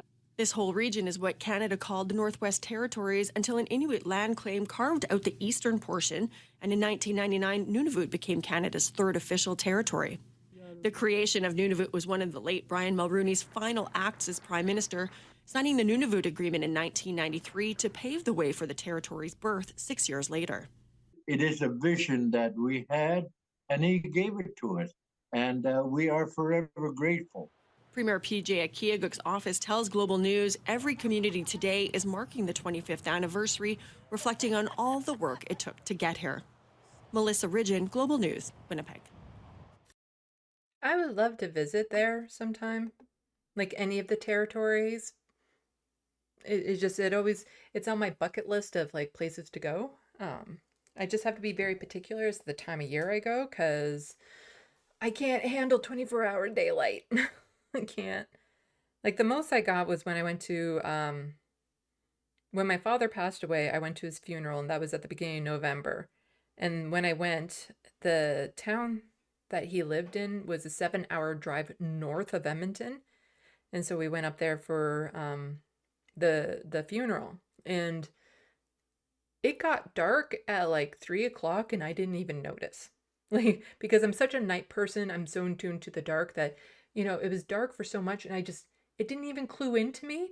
But then I went back the following May for his burial because, you know, wait till the ground thaws type thing. And so the burial ceremony, and there I'm like, I can't handle this because at midnight the sun was still up. I can't handle that much daylight. So I'd have to be very careful as to what time of year I go up north, but I'd love to travel up there and see all of the land as much as possible anyway. But also there's this, speaking of April 1st and April Fool's Day, sometimes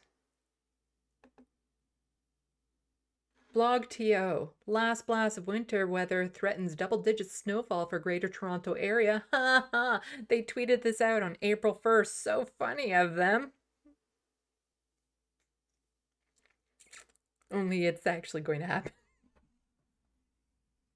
I just thought this is hilarious because you have so many people just saying like you newspapers and magazines shouldn't be allowed to do April Fool's Day jokes because obviously this was an April Fool's joke.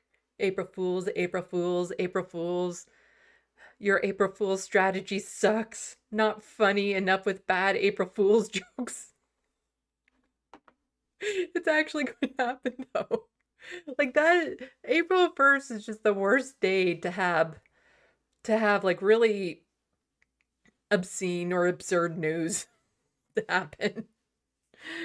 Just, because to be honest, I had to look on my phone, my weather app to be like, oh, so it is going to be a complete storm tomorrow in my area when I have to actually like go out of my place. Great. Great. Ah.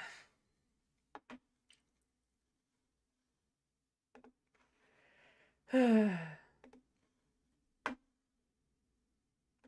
know what? Just because I love this so much. My most favorite tweet in the whole wide world. I'm not joking. I irrationally love this tweet. That it won't even feel like a show unless I show this at least once now. Because this one guy was tweeting, California has the most iconic mountain in the lower 488. Meet Mount Shasta, 14K of pure glory. And then the Mount St. Helens Twitter account quote tweeting it saying, looks like a little bitch to me. I love that tweet so much. So much. It's irrational how much I love that tweet, but I do. I do. Oh.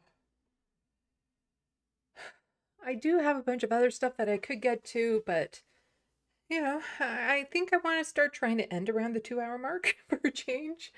Because I still have a lot of, from the video that I did with Jeff, a lot to kind of put into segments to get up online and a lot of work and so on and so forth. And I still have other projects on the go, which is part of the reason why I'm cutting back to 2 times a week, even though I'm like, there's so much I need to cover. Because then there are things that are not really Canadian related that I want to talk about. They're more just social issues, like some issues about like dating and men's struggles and women preferring to be single and things of that sort, and just, you know, interesting things to comment on. But there's just so much, like you would never think getting into doing this like as Canadian politics and news that there would be so much to cover. But in every show I could put things about healthcare, what's happening to healthcare, put things about cops acting poorly, and you know, the conservatives and the liberals fighting and their broken promises, and there's just so much going on in this country and so much that people need to know. But that is the power. Knowledge is power, and like I said, I do believe that if people really knew what was going on in this country, we could fix it. We could actually turn things around. We have a system and it can work for the people, but the people have to know it can work in their favor. They have to know how to work it. And that's why politicians like to keep us ignorant of what we can do. Because they're happy with the status quo. They're fine. They're living the 1%. If the people knew how much power we actually had, none of them would have a job. So, just need to keep on to that. Okay, let's check the Sandbox again. I am looking forward to seeing the eclipse. Though I'm still very paranoid about it. Even with the glasses, I'm still super paranoid about it. I very much appreciate my eyesight, and I would just, if it turns out that those glasses were just junk being sold or something, I would just, ah. But even if I don't look at the eclipse and I'm just there with a group of people as the land goes dark, I think that would still be cool, you know? Take pictures of the dark land in the middle of the day.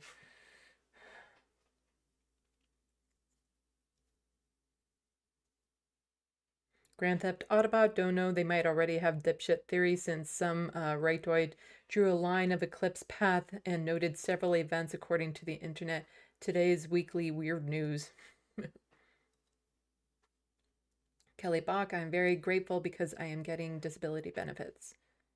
Is that something you just applied for and got?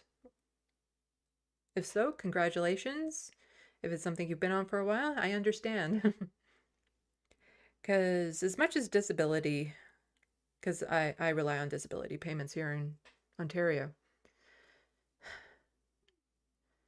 For as much as it keeps you down, it's still the only thing that has kept me afloat. Without it, I wouldn't be here. Quite literally. Even though it's horrible.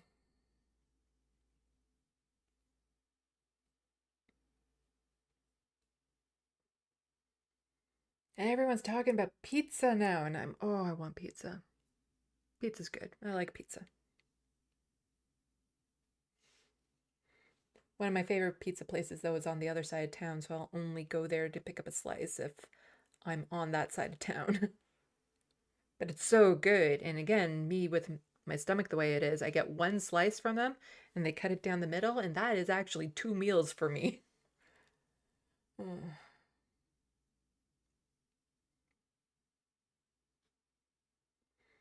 Timur says that he will also be seeing the eclipse. Yeah, I've warned my friend that we need to go early. Because, not to give away my assassination coordinates and stuff, but there's a park we want to get into. It's a large area. I'm not too worried about saying that I'm going to be in the area to see the eclipse. But I said we probably should get there early. And the Niagara region has already called for a state of emergency, just given the influx of people that will be coming in to see this.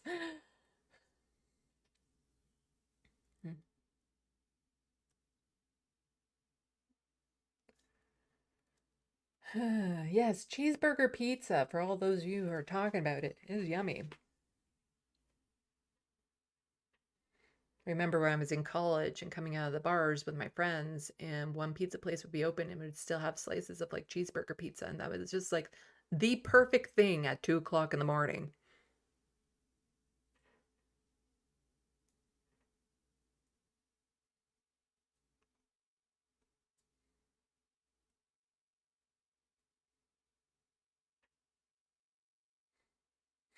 Timur says, don't encourage mountain shaming, LOL. I love that tweet. I love it so much. Like I've now like I have it in Photoshop, and I plan on printing it out so that I always have a record of it. But I just it brings me such a level of joy that seems so weird and irrational, but I love physical geography and stuff like that, and just the idea of Mount St. Helens being like, you're nothing. Just, I don't know. I love it. I love it.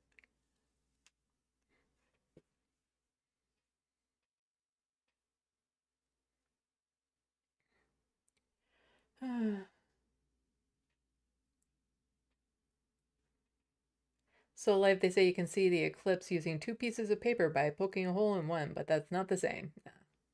No, I wish, because oddly enough, I didn't even know the eclipse was happening until not that long ago, because ideally I'd like to get a filter for my camera because I do photography and take a proper picture of it, but you need a proper filter for that. You can't just, point your camera at the sun and take a picture. But it's one of the things living with poverty. Do I invest money in a filter that I'm only going to need to use once? And there was one website I was looking at for like, how do you take a picture of the eclipse? And they're saying like, if this is your first time and stuff like that, don't stress over it, because there's going to be so many people who are professionals at this that take pictures of it, that if it's something you're stressing about, don't worry about it. There's going to be tons of pictures. It doesn't need to be you and yours. But as somebody who enjoys photography, I would like to do my own pictures. But it's something I would have had to thought about like 4 months ago and seen about, you know, getting the proper filter, doing enough research on it and stuff. But, you know, I figure I'll just take some pictures of the landscape around me when it goes dark.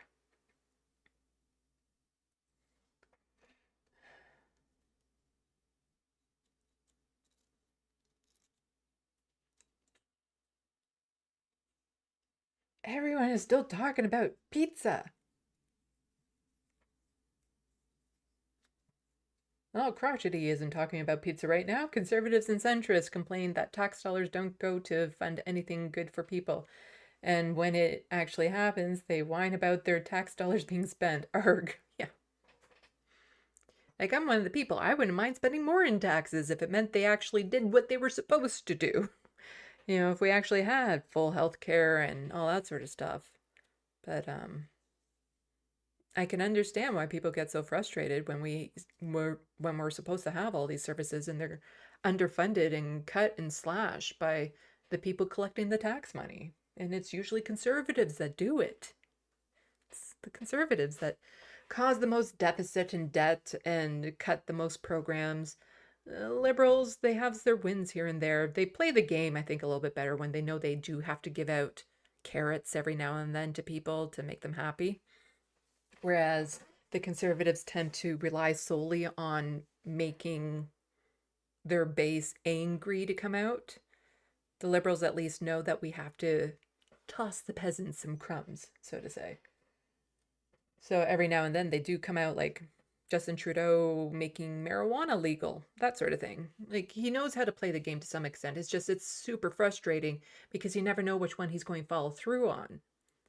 And he's made a lot of promises, and a lot of them he has no intention of fulfilling. And the one that gets me the most is the disability benefit, because you had CERB, which was the Canadian Emergency Relief Benefit during COVID.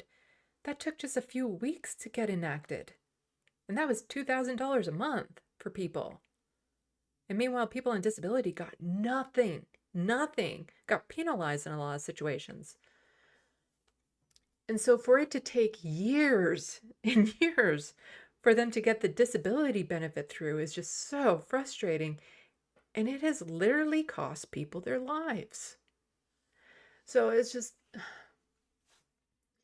you know, Justin Trudeau is good on queer issues, horrendous on Indigenous issues, just absolutely horrendous on that. So it's, you never really know what you're going to get with liberals, on what promise they're actually going to follow through on, but you can reliably know that they're going to vote against anything that the NDP wants, like pharmacare for all. They finally have something that's sort of going through the works, which won't cover everything, kind of like their means-tested dental care that the NDP pushed for. But like the NDP during COVID and stuff tried to push through, you know, oh, let's tax the ultra wealthy and corporations for profits they make during COVID. And the Liberals and Conservatives joining together to vote no. And during COVID, there was, the NDP did try to get pharmacare and the Liberals voted no. So when it comes to certain economical things, the Liberals will team up with the Conservatives all the time. Like, they probably join forces with the Conservatives more often than they join the NDP. It's really frustrating.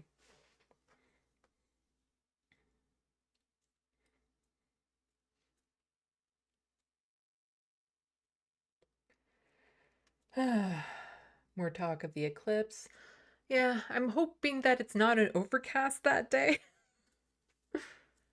Because, yeah, there might be an overcast that day, so hopefully not.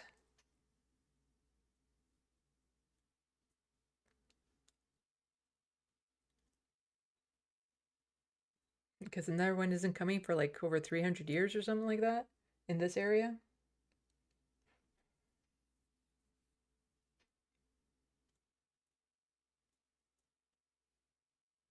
Crotchety, it's true that the federal NDP have constantly had to push Trudeau and the federal Liberal Party to partially fulfill promises. Yeah.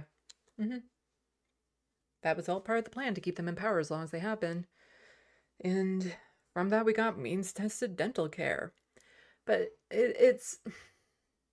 And again, it's frustrating because the Liberals are so quick to take credit for things like, ooh, $10 a day childcare. Again, sounds great on paper, but the reality is there's only so many spaces. And far, far, far too many people can't actually access that program.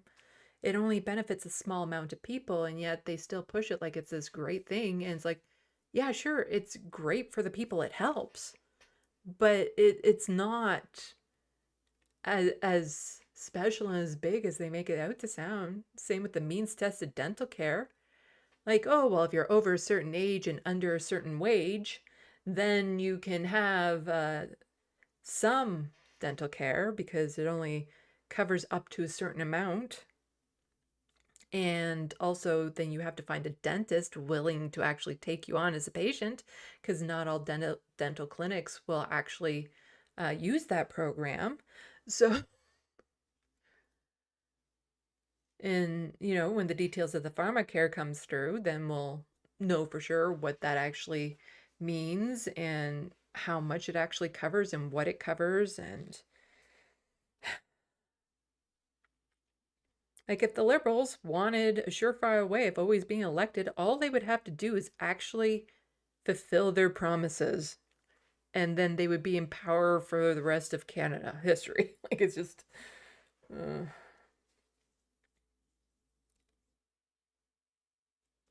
And yes, I also agree that it's still better up here than in the United States.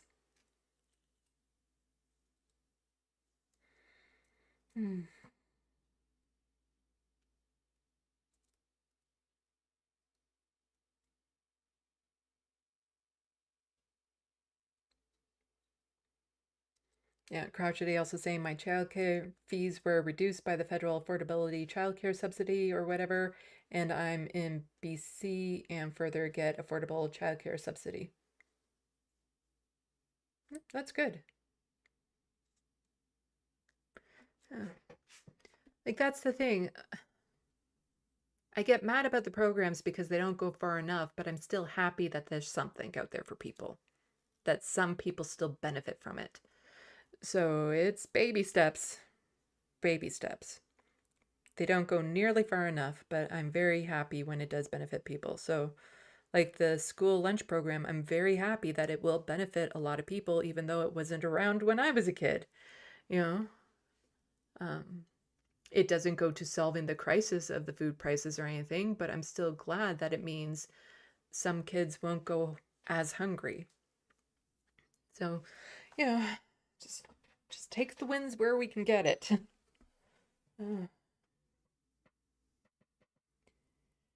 Anyway, I think, like I said, it's going to be hard for me to cut these down to 2 times a week because there's still so much more that I wanted to get to. That is just, it's a bit much to get to now. So I think I will wrap things up. I'll go start watching X-Men again. I've been watching the cartoon, wanting to see what all the hoopla was about or whatever, and I am liking it so far. As far as cartoons go, it's fun. It's been fun, and that show is woke as fuck. Back in the 90s when it was first airing, wow, everyone in that show is queer. Like, just everyone.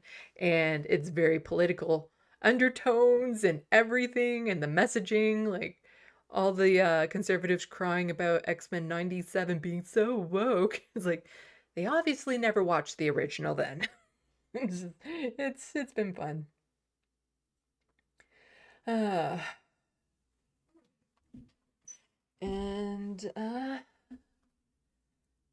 Yeah, so the next live stream should be on Sunday, if all goes according to plan. And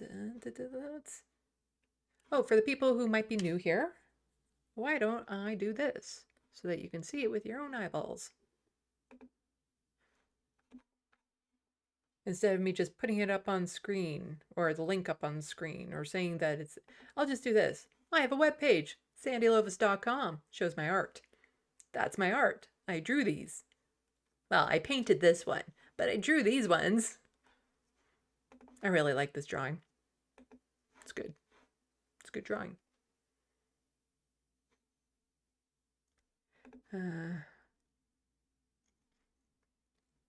Yeah, you can go to that website, check out my art. These are prints that are available for sale. I have a couple of newer drawings that I still don't have up there yet. But I can, if I go here, then here, and then here, and then I go here. No, let's go here. Okay.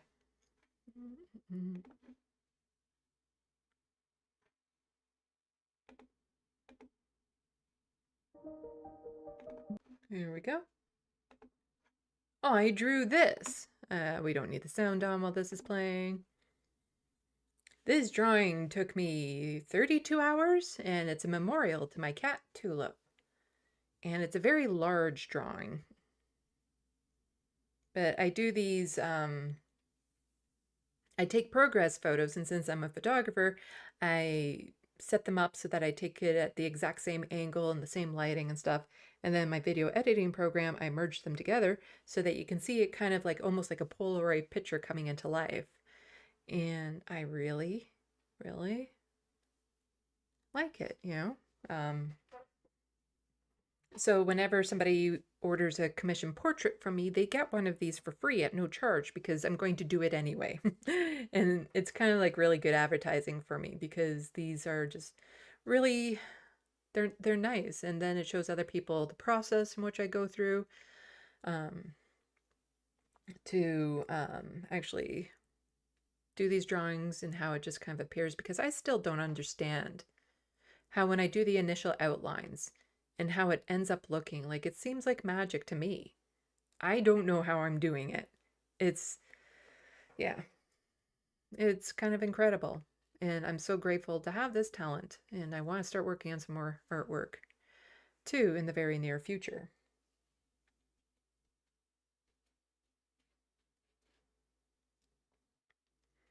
But yes, this is a very large drawing because the backing to that is a piece of Bristol board on its side, so that can give you an idea of how big it is. And then I just loved working on the detail in this, and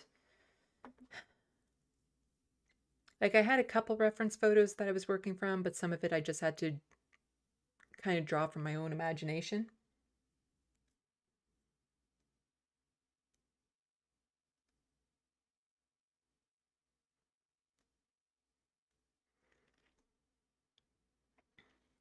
And then there is also this one that I did recently. Oh, wait for the zoom in. There we go. But I also did this one recently of Dan from the web, Dan from the internet. And again, I don't know how it goes from this to where it ends up going. It seems like magic to me. That's why I call them magic drawings. But yeah, you can go to my website. Commission portraits are not cheap, but as I say, they're very well worth the cost, considering the quality, the time that it takes for me to do one, and comparison to other people who do artwork portraits at that level, they're not that expensive. But I do understand for the vast majority of people who are watching my channel, they are out of the range, which is why I have a donation tab on my webpage. So people can donate towards a portrait for somebody living with poverty. So as soon as enough people donate to cover the cost of a portrait, then I put out a call for people living with poverty to, you know, submit a photo, and then I will randomly pick one, and they will get a portrait of a loved one, pet or person, at no cost to them. And it's just kind of my small way of trying to pay it forward, because I understand what it's like to want to be able to have beautiful artwork or custom made stuff and just not be able to afford it.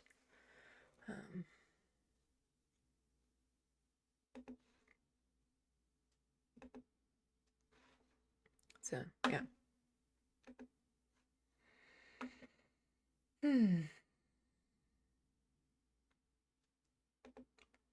But that there is Frodo.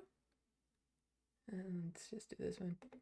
He's still eating, which is good. I have him on medication. He has to take daily medication, which is a pain because he hates it. So every day I have to chase him, like around, like literally sometimes around the couch, trying to get him so that I can shove medication down his throat.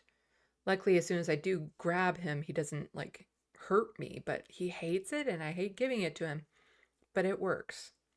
And he eats because of it.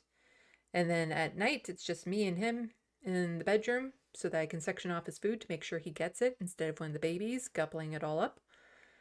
And at night, he's still his regular self, and I get bedtime snuggles with this adorable kitty. With this adorable kitty. He likes, I spoon him at night and in the morning, and he likes it, and I love it. He's about 16, could be almost 17 by now. He's my world. So any help with his ongoing vet costs would be greatly appreciated. You can do that by using the PayPal link in the description box below, or if you're Canadian, you can send an e-transfer to SandeeLovas@gmail.com. E-transfers are always preferable because nothing gets deducted. I also have apparently like lipstick or something on my face. That's not supposed to be there. Oops. I have an Amazon wish list that still has some Easter stuff on it. Easter is my favorite candy holiday, so if anybody wants to help me out, there's lots of stuff on it. There's stuff for my YouTube studio, stuff for my art, stuff for my kitty cats, stuff just to make my life easier or to make me smile. So only if you have enough, like I don't want anyone sacrificing anything they need to help me out. But only if you have the extra amount, then please do help out. You can also become, let's do that. You can also become a patron. Link in the description box below.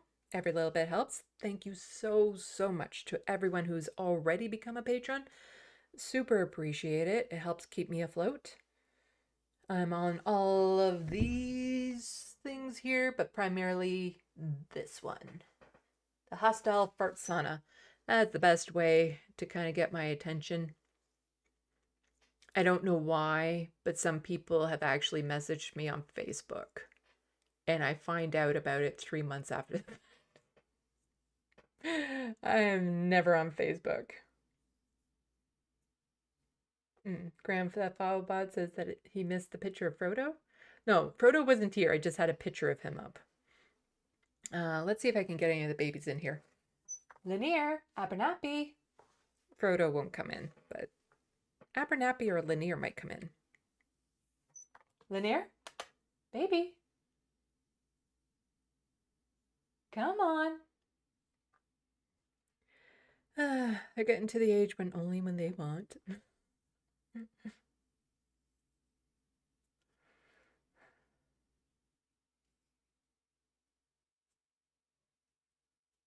Yeah, no babies are coming out.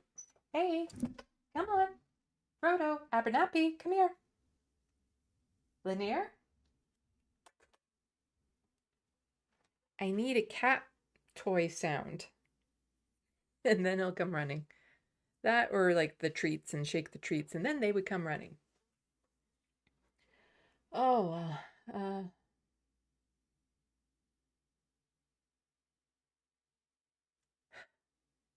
anyway, I think that's good. And so next Sunday, see you here. Thank you everyone to coming out. Thank you to the wonderful mods. Really appreciate all you do. Salut, à la prochaine. Thank you for watching and stay tuned. I'm Sandy, wishing your tomorrow is better than your today.